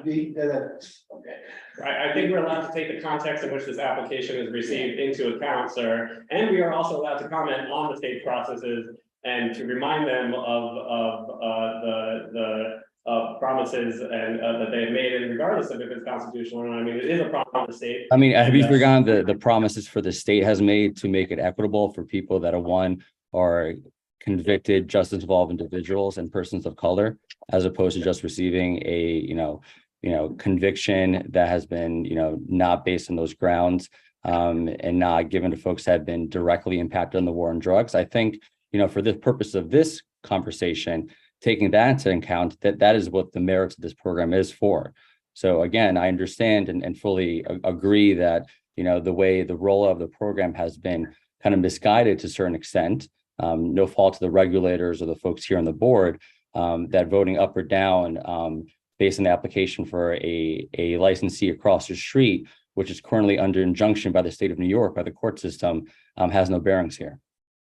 So I agree with that comment, primarily because we are supposed to be opining on whether or not this location is appropriate for the community based on the method of operation, exactly how they want to be representing a dispensary, right? I think that ultimately the system itself has to determine how those are actually given out. And that's not for us to figure out in the same way that's not for us to opine on whether or not it should be legal or not. It is legal.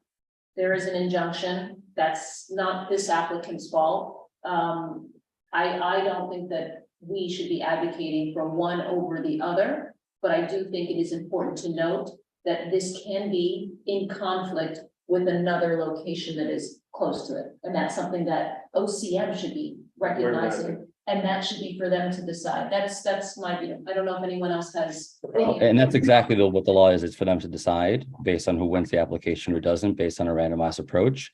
And under this particular method of operation, being an extra party applicant gives you more consideration versus other applicants. Troy, if I may ask, this application eventually goes to a lottery, is that correct? So there is no guarantee that your client will get their license or not, is that correct? Sorry, as I'm mute. There's no guarantee that anyone that presented today will get a license or not. Everyone has to go into pots and then be randomized, and then it's a random selection. And then from there, the state, scores your application from however they sort of score it, and then they vote whether they give you a license or not. Given that, I stand with the lawyers in terms of, I would not be in opposition just because they're across the street, the other side. It's the lottery that's going to determine whether they get it, whether they get the license.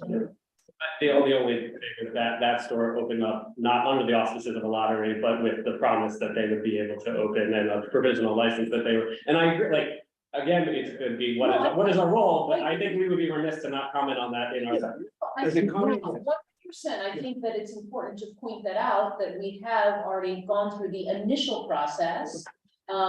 Given board approval to a legal dispensary that happens to be located within 1,000 feet. That's appropriate.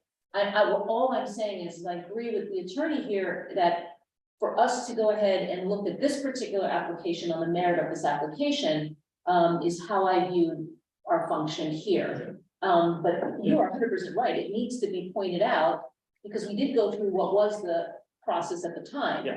And there is theoretically a license that has been awarded.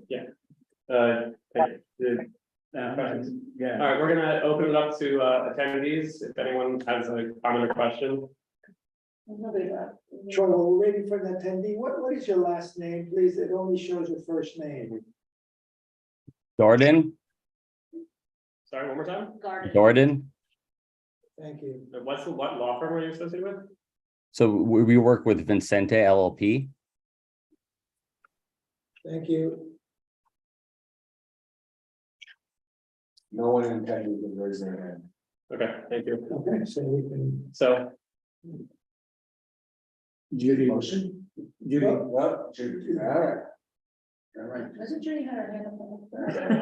You're giving Judy a chance to speak. Judy, you're up. You just have to unmute yourself. Thank you. I'm sorry, it's not about this application, but about Chelsea. I live on West 30th Street between 8th and 9th. And on 8th Avenue, there are about 4. Probably, I was waiting. I've been listening to this so I could see if any of those were probably illegal stores are applying for a license, and they're apparently not.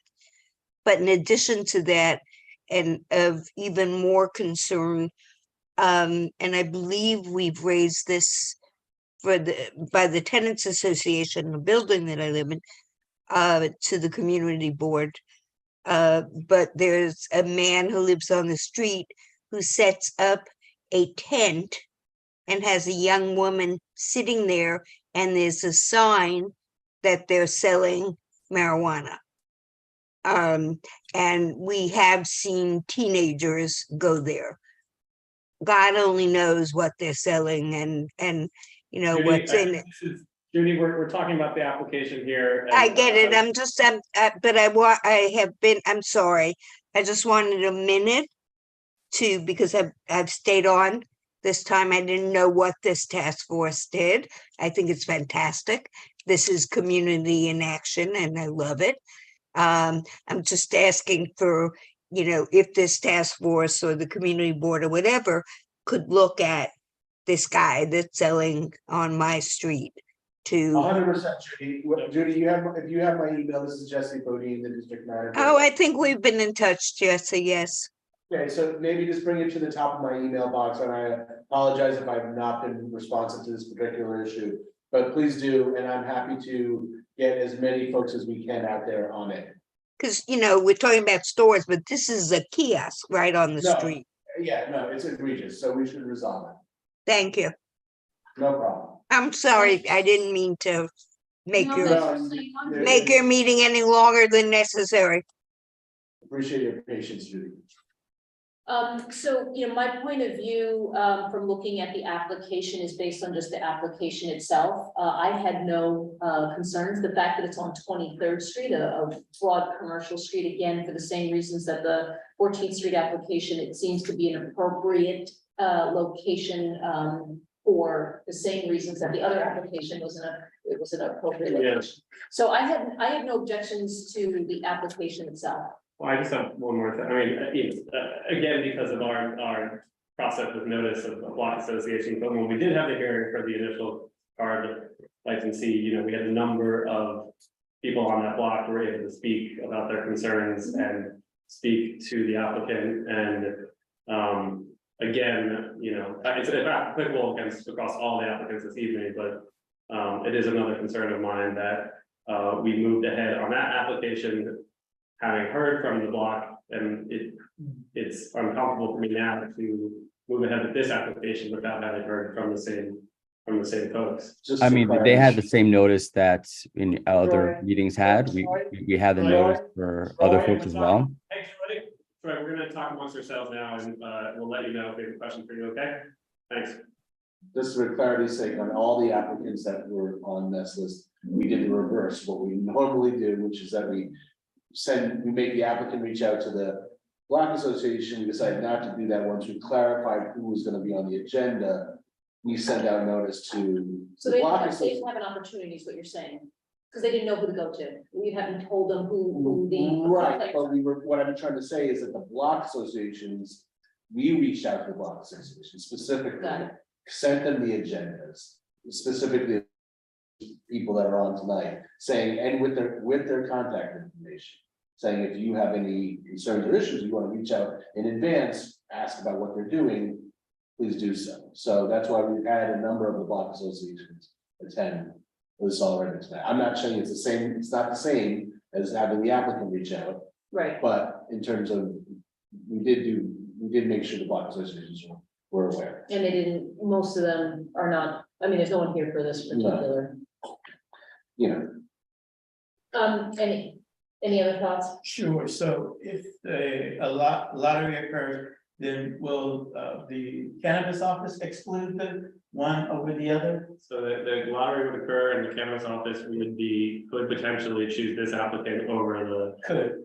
Right, but they won't allow the two to. Correct. They will not. Correct. they could Well, have. there's an exemption process that allows that. You can apply for an exemption, and then for public convenience and advantage, which this street being a 23rd Street location, very busy, you can, the other licensees who are within 1,000 feet of each other who are applying for exemptions as well. So you could be within technically 1,000 feet and get an exemption from the Office of Cannabis Management if they deem that. Okay. Except for that, you're talking about. That's But at the same point, another applicant. Come along on Neither 23rd. of these folks that could. And then I have a motion to approve this application mainly because just on the merit of the application itself. I do think it is important to note in that we recognize that we're a different process. We did already give approval for cannabis shop, which is within 1,000 feet. And I think that also with this information that we're receiving here from the lawyer, I think it's important for us to also ask the question even in the letter to confirm that this exemption is something that would allow for both of these, if it's awarded to this one, to viably operate. Again, I'm just thinking that covers the bases, that it brings it to the attention of OCM, and also what that primary concern of yours is that the process that we went through for the other one in the was legitimate at the time. Yeah. And I mean, I think the way adage is that, which is something that's unrelated with some drawing attention to this law process as flawed as it is. Because when I'm aware that this is, I want to add context and that this is what us in a, That- very that's, uncomfortable position. that is completely relevant, and this is where we would do it, is to Which- comment on yeah, that process. So, yeah. I agree. I was initially with Jesse, I was on the call with the other applicant. Yeah. And I felt like you were listening to Lois and Raul, I'm more persuaded to go with this and. Yeah. So I have a motion. Can I just, this is gonna be added to all the others, the amendment that you'd ask them to do, now that we're going to Yes. give them the contact information, do the outreach to the. What I would do in our letter, we stipulate to, obviously outreach to block associations that we assign them. And to, we're gonna attach your application as an appendix to our letter, and the condition would be that you would, follow through on all that you've represented here to us in the operations of the business, Question for you, that was for you, Joey. right? I'm sorry, I didn't hear that exactly.